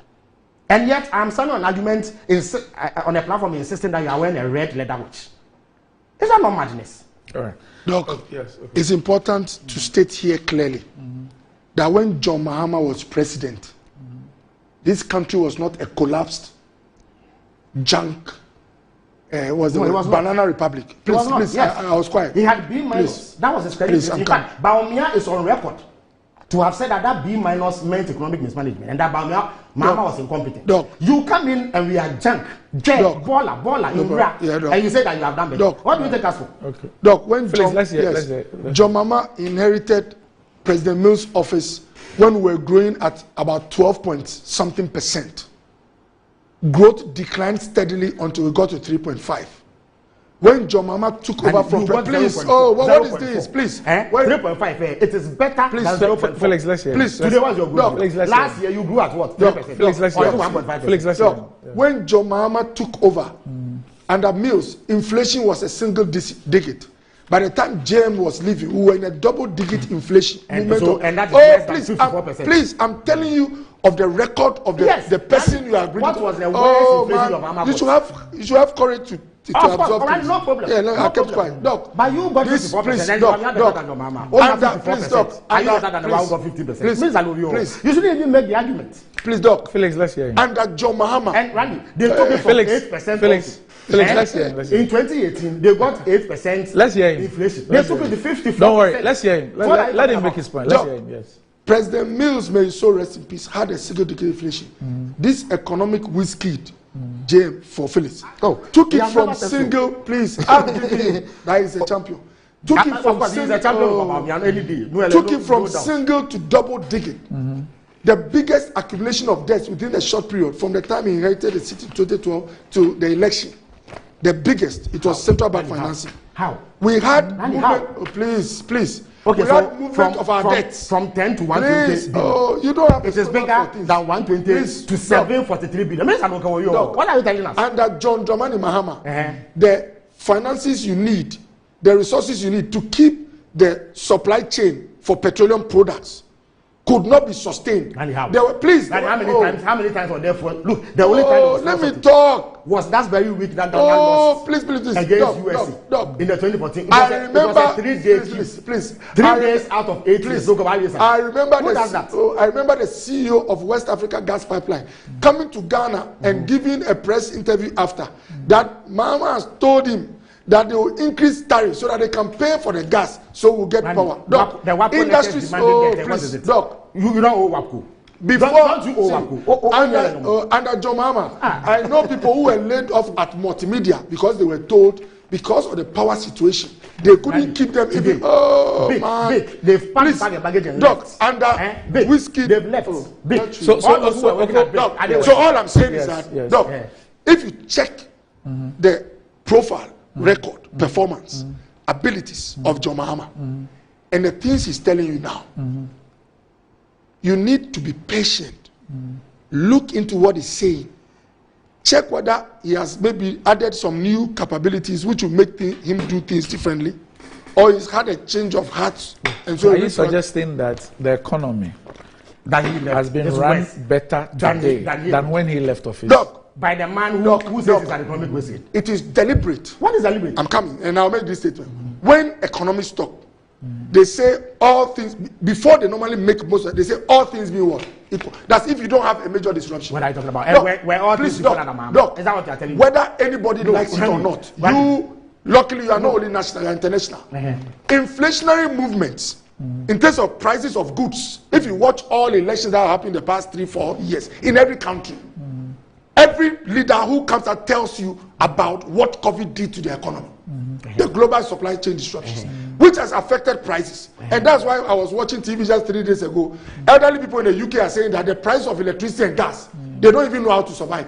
If you check with the leaders, even those who denied COVID input and have gotten to power now, they are telling the public now that because of what COVID has done. So Phyllis will conveniently take away COVID. But please. First of all, if you are a sectarian economist, you are wasting your time. It's because please. If you are a sectarian then what is the point? What is all the hype about? Please. Doc.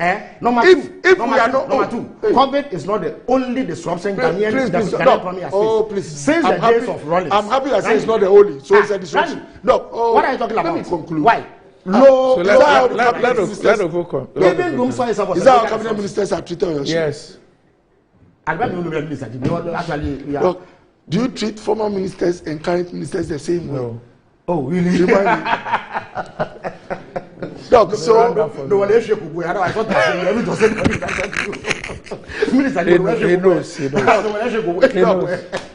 the truth is that the pressures brought on this country by COVID. I tell people that if I hear anyone say that, Doc, before COVID came, you had challenges, but the challenges of COVID let's add it or juxtapose to what you had before. And let's look at the impact. Like, Randy, you do. Ghana is the only country. But when I meet people who talk, Doc, when I meet people who close their eyes to all the chain disruptions of COVID, and because they want power. By the way, Ghana is the only country in the world. My last words. At least you know my views on this. My last words to the viewer. Ceteris by economists. The John Mahama that Phyllis is presenting to you. It's better than whose manifesto is saying that you will create jobs away from and do all this. Fortunately, we've been under his care for some years in this country. And so we know that you didn't need 16 CDs and luckily, to get $1. We know. Luckily, we've seen the conduct of Dr. Bawumia in this country. Look at the two of them. Yes. Don't be in a hurry to look at only what NDC is promising today. No. We will look at what they did when James was president. There are two messages I need to read quickly. Before then, let me just say that Uncle Harris, of course, says hi to both of you. He's watching together with. Bawumia will require his expertise in ways and means to get over this election because he's watching with Akweado. With Daniel Akweado. They're both watching the show and they say hi to you. But there are two messages I need to do. Okay, one. Your constituent. A constituent says that Honorable Kubo is said to be the one constructing the Teshina roads. Please tell him the road from Nat Hostel towards Dara's Preparatory School and Fort School Junction is waiting for its turn. The road has become very bad. Doc, is my next. Secondly, what is the state of the state of the Lekma Hospital after 8 years? You are not constructing road. Government is constructing road. No, why have you attacked yourself to? So I'm in opposition. So that's Kofi. But are you constructing roads? There's a different me. Who represents the opposition? No. Are you constructing roads? How do you represent him? In what capacity? It is your DCU representative. If I have, so please, I have lobbied my government to construct roads. Let's listen. It is the DCU representative. I shouldn't chop Dr. Kobo is talking about breakdown of health equipment. The Tanzanian president who died of COVID, when he was elected, visited a hospital and all the equipment had broken down. The doctors were referring patients to private hospitals for scans, etc. He sacked the CEO and appointed the deputy as the CEO. He gave him 2 weeks to repair the broken down equipment. They were all repaired in 3 days. There was a connection between the doctors of the government hospitals and the private ones for financial gain. They intentionally do not repair the equipment so they can refer patients to the private ones. Let's try this in Ghana. I bet you all broken down hospital equipment will come back to life. That's Marco Jobafu who's watching us from the States. But there's one that I'm actually looking for. It's quite an interesting one. I read it earlier on, and I'm trying to read that to all of us. Some who say that they like the way you are setting your cabinet minister position. Why you need here? Okay, so this one.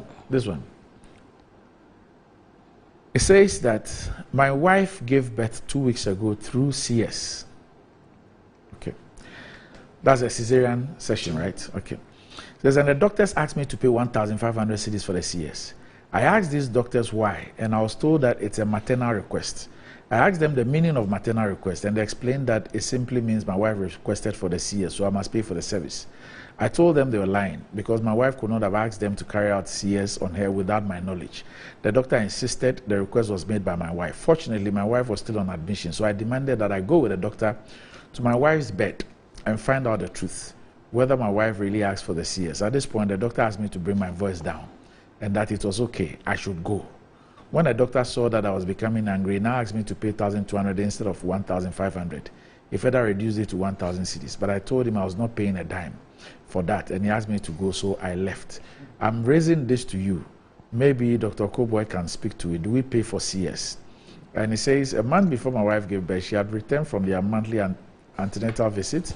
As usual, I asked her what the nurses or doctors said. My wife told me she was asked to do a scan, and the doctor told her that they will have to do a scan on her because per the doctor's examination of my wife, it will be difficult for her to give birth normally. That my wife will go through a lot of pain if she has to give birth normally, and so they will do a CS. And that is how come they agreed for the CS. I suspect this is what they do to these our village folks, because assuming I didn't know anything about this, I would have found the money to pay. So when I saw this, I asked him which hospital. He says Tamale Teaching Hospital. I'll give you his number so you follow it up. Yes. Look, I'm not surprised. There's another matter that I need to discuss with you. I don't know whether he has any influence over the ambulance service. Randy, there's a practice there that must stop. You see, last week, randomly, I noticed that someone had called me about 20 times. When I picked up, this is a young lady desperately speaking a manner that I could barely hear on the phone. And she was saying that her mom was at the Cape Coast Regional Hospital, what they call it, but had been referred to Kodong, and that they needed to convey her through an ambulance.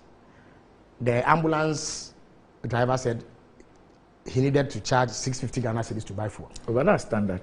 Wait, but the lady could afford 50 cedis. And this is a woman in critical condition. 500 Ghana cedis. So there was a balance of 150 cedis. And because of 150 cedis, they would not move. And this woman was dying. Yes. So he was allowed to pick the phone for the woman and blow my top on this guy before he moved. Why should we have a situation? First of all, this charge of 650 cedis, where is it coming from? The ambulance service, they do not get the required. But that is they do not get the required fuel. But really, it is not acceptable. So it means that people are going to die over 150 cedis, 50 cedis, 500 cedis. Why? So that's why I wanted to draw his attention to. Look, something must be. But as for the payment, if Dr. Boer, for example, if you take football clubs, you know, all Premier Division 1 league venues, what the requirement is that there must be an ambulance. Yes, we all pay. But even then, you could we don't get receipts. Yeah, right. But you could argue that at least you are. We pay before they come there. Right. It could be argued that you are collecting these positions. And let's forget about whether the good positions are enough for. But at least you are doing some business. But there's a woman who has sent a mother to the hospital in critical condition, has been referred to a major teaching hospital in Accra, far away, about 100. Are we supposed to pay for ambulances? I don't think you are supposed to pay. It is illegal. But they are forced to collect it for no money because no money is coming. And they'll say there's no fuel in the ambulance. So if the ambulance must move, you have a situation where you can't fuel ambulance and you are saying that you manage the economy better. Manage the economy better. It's for referring by imagining you go need. Hey Randy, I beg. This secretary. Did you hear it? That what? That's not easy. It was referring by imagining you go need. But Randy, this secretary. Final point, I beg you. This secretary is argument that Okobo makes. Oh, Phyllis. Baumia was if you are an economic risk kid and all you need is ceteris paribus conditions, all things be equal before you can show your private. What are we on about? It means that any okay, so you make it paribus ceteris. The point is that, Randy, 2 points. Yeah. The point is that it is not COVID that has brought us here. What happened is that they hid behind COVID to engage in over expenditure. Look, Randy, and this is documented. Otherwise, we will not finish. Yeah, but that argument is. Next time we will come. Let's look at the now. Let me say. He has destroyed the economy. Yes, I want to say a very good morning to Honorable Adekuka. Honorable Joseph Adekuka. Yes. Although of some a conference bureau. Yes. Yeah, he's although some of the people in Accra say they didn't want him. Some of us, he's our good friend. So Ade, good morning. Perhaps we could consult for you on the exchange because the way things are going. Right, you know that it's now 16.1. Oh, yes. Doc, and he has managed the economy better. 16.1 is better than 4. Normally, the track record is that JM does normally 390% of 400. So if should he come, he will move from 60. Let me do it for you right now. Let me greet Chief of Staff. For you. The first female Chief of Staff of the Republic of Ghana, Honorable Frima of Paris, Osei. Good morning to you. If you do the rate of and then the depreciation is 402.5% under bound. To President Kufado's beautiful First Lady, Mrs. Rebecca Kufado. And also finally to Mrs. Randy Abbey. She's Mrs. Tessa Abbey. Sorry, Mrs. Tessa Abbey. And if you do rate of change, it was $300. Oh, 300%. That is even not the correct way of calculating the exchange. It's okay. The rate of change is a it's okay. Voter Street. The street, the one you talk about, from Nato Stel to. Yes. They are in my plan. They are the next area to develop. He should stop claiming credit for roads that he has not done. You have not. Am I in opposition? Haven't you seen his posters? My on the road. On the road, his posters. It's written jobs and development. Yes. No, listen, the MP. I saw the poster. this thing is jobs and development jobs. Development and jobs. No, when you say Sankofa, what does it mean by he has done? It's because it's a Sankofa development and jobs. Randy, let me tell you only one reason why. That's why he's been greeting you. Randy, let me tell you only one. If he mentions a public officer and his office, it means that from here he's going there to lobby for payments. And see, in the constituency, before you greet, let me say good so morning. From here, I'm sure he's going to Chief of Staff. Then from Chief of Staff, he will go to Auntie Rebecca. And then he will go to Eban Rose. So those are the three persons. How does he construct those? Although you can pressure for when you get the call from there, you are in a lot of trouble. Ask Lodina, she will tell you what she can do. Doc, are you aware that yes, the current MP doesn't stay in the constituency? The current MP is not here. So it's unfair for you to raise anything. In any event, there's a man who has established businesses in the constituency. The filling station. But why this terrible economic condition? Why would it? Okoboy deliberately. This terrible economic condition. When we were doing the roads, Okoboy deliberately left out the roads around the filling station, the MP's filling station, so that the commuters. The commuters will find it difficult to go to he told the constituents that he has his own machines. So we left it for No. You deliberately. Machine. When I went to Tertiary, you deliberately left. You made the contractor skip the road in front of his filling station. Is that what they do? It's because a machine never feel road. Wow. You see. So he has confirmed it. Has confirmed that he lobbied government to skip the road. Meanwhile, you have many constituents who live on that road, but because of the MP, you skipped it. You know the people of Mori. What you are saying means that I brought the road. Let's listen to Mori. No. Let me beat. Regards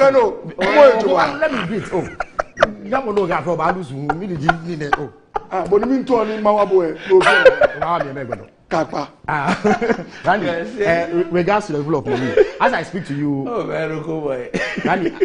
there's a place called Old Court in Mori. Old Court. Yes, it's a place Colonial where courthouse. No. Okay. It's a place where they used to have a dilapidated their background. All right. If you go there now, Randy, I'm constructing a brand new community center. So as I speak to you, young men and women of Mori have gathered there, providing communal labor to help. From your own resources. Absolutely. But in this economy. Which resources like then it's not that bad. Randy, but the point is that you see, they've been so neglected. And Mori, like I told you, will have anything between 40,000 to 50,000 residents. They didn't have a place where they could hold community events.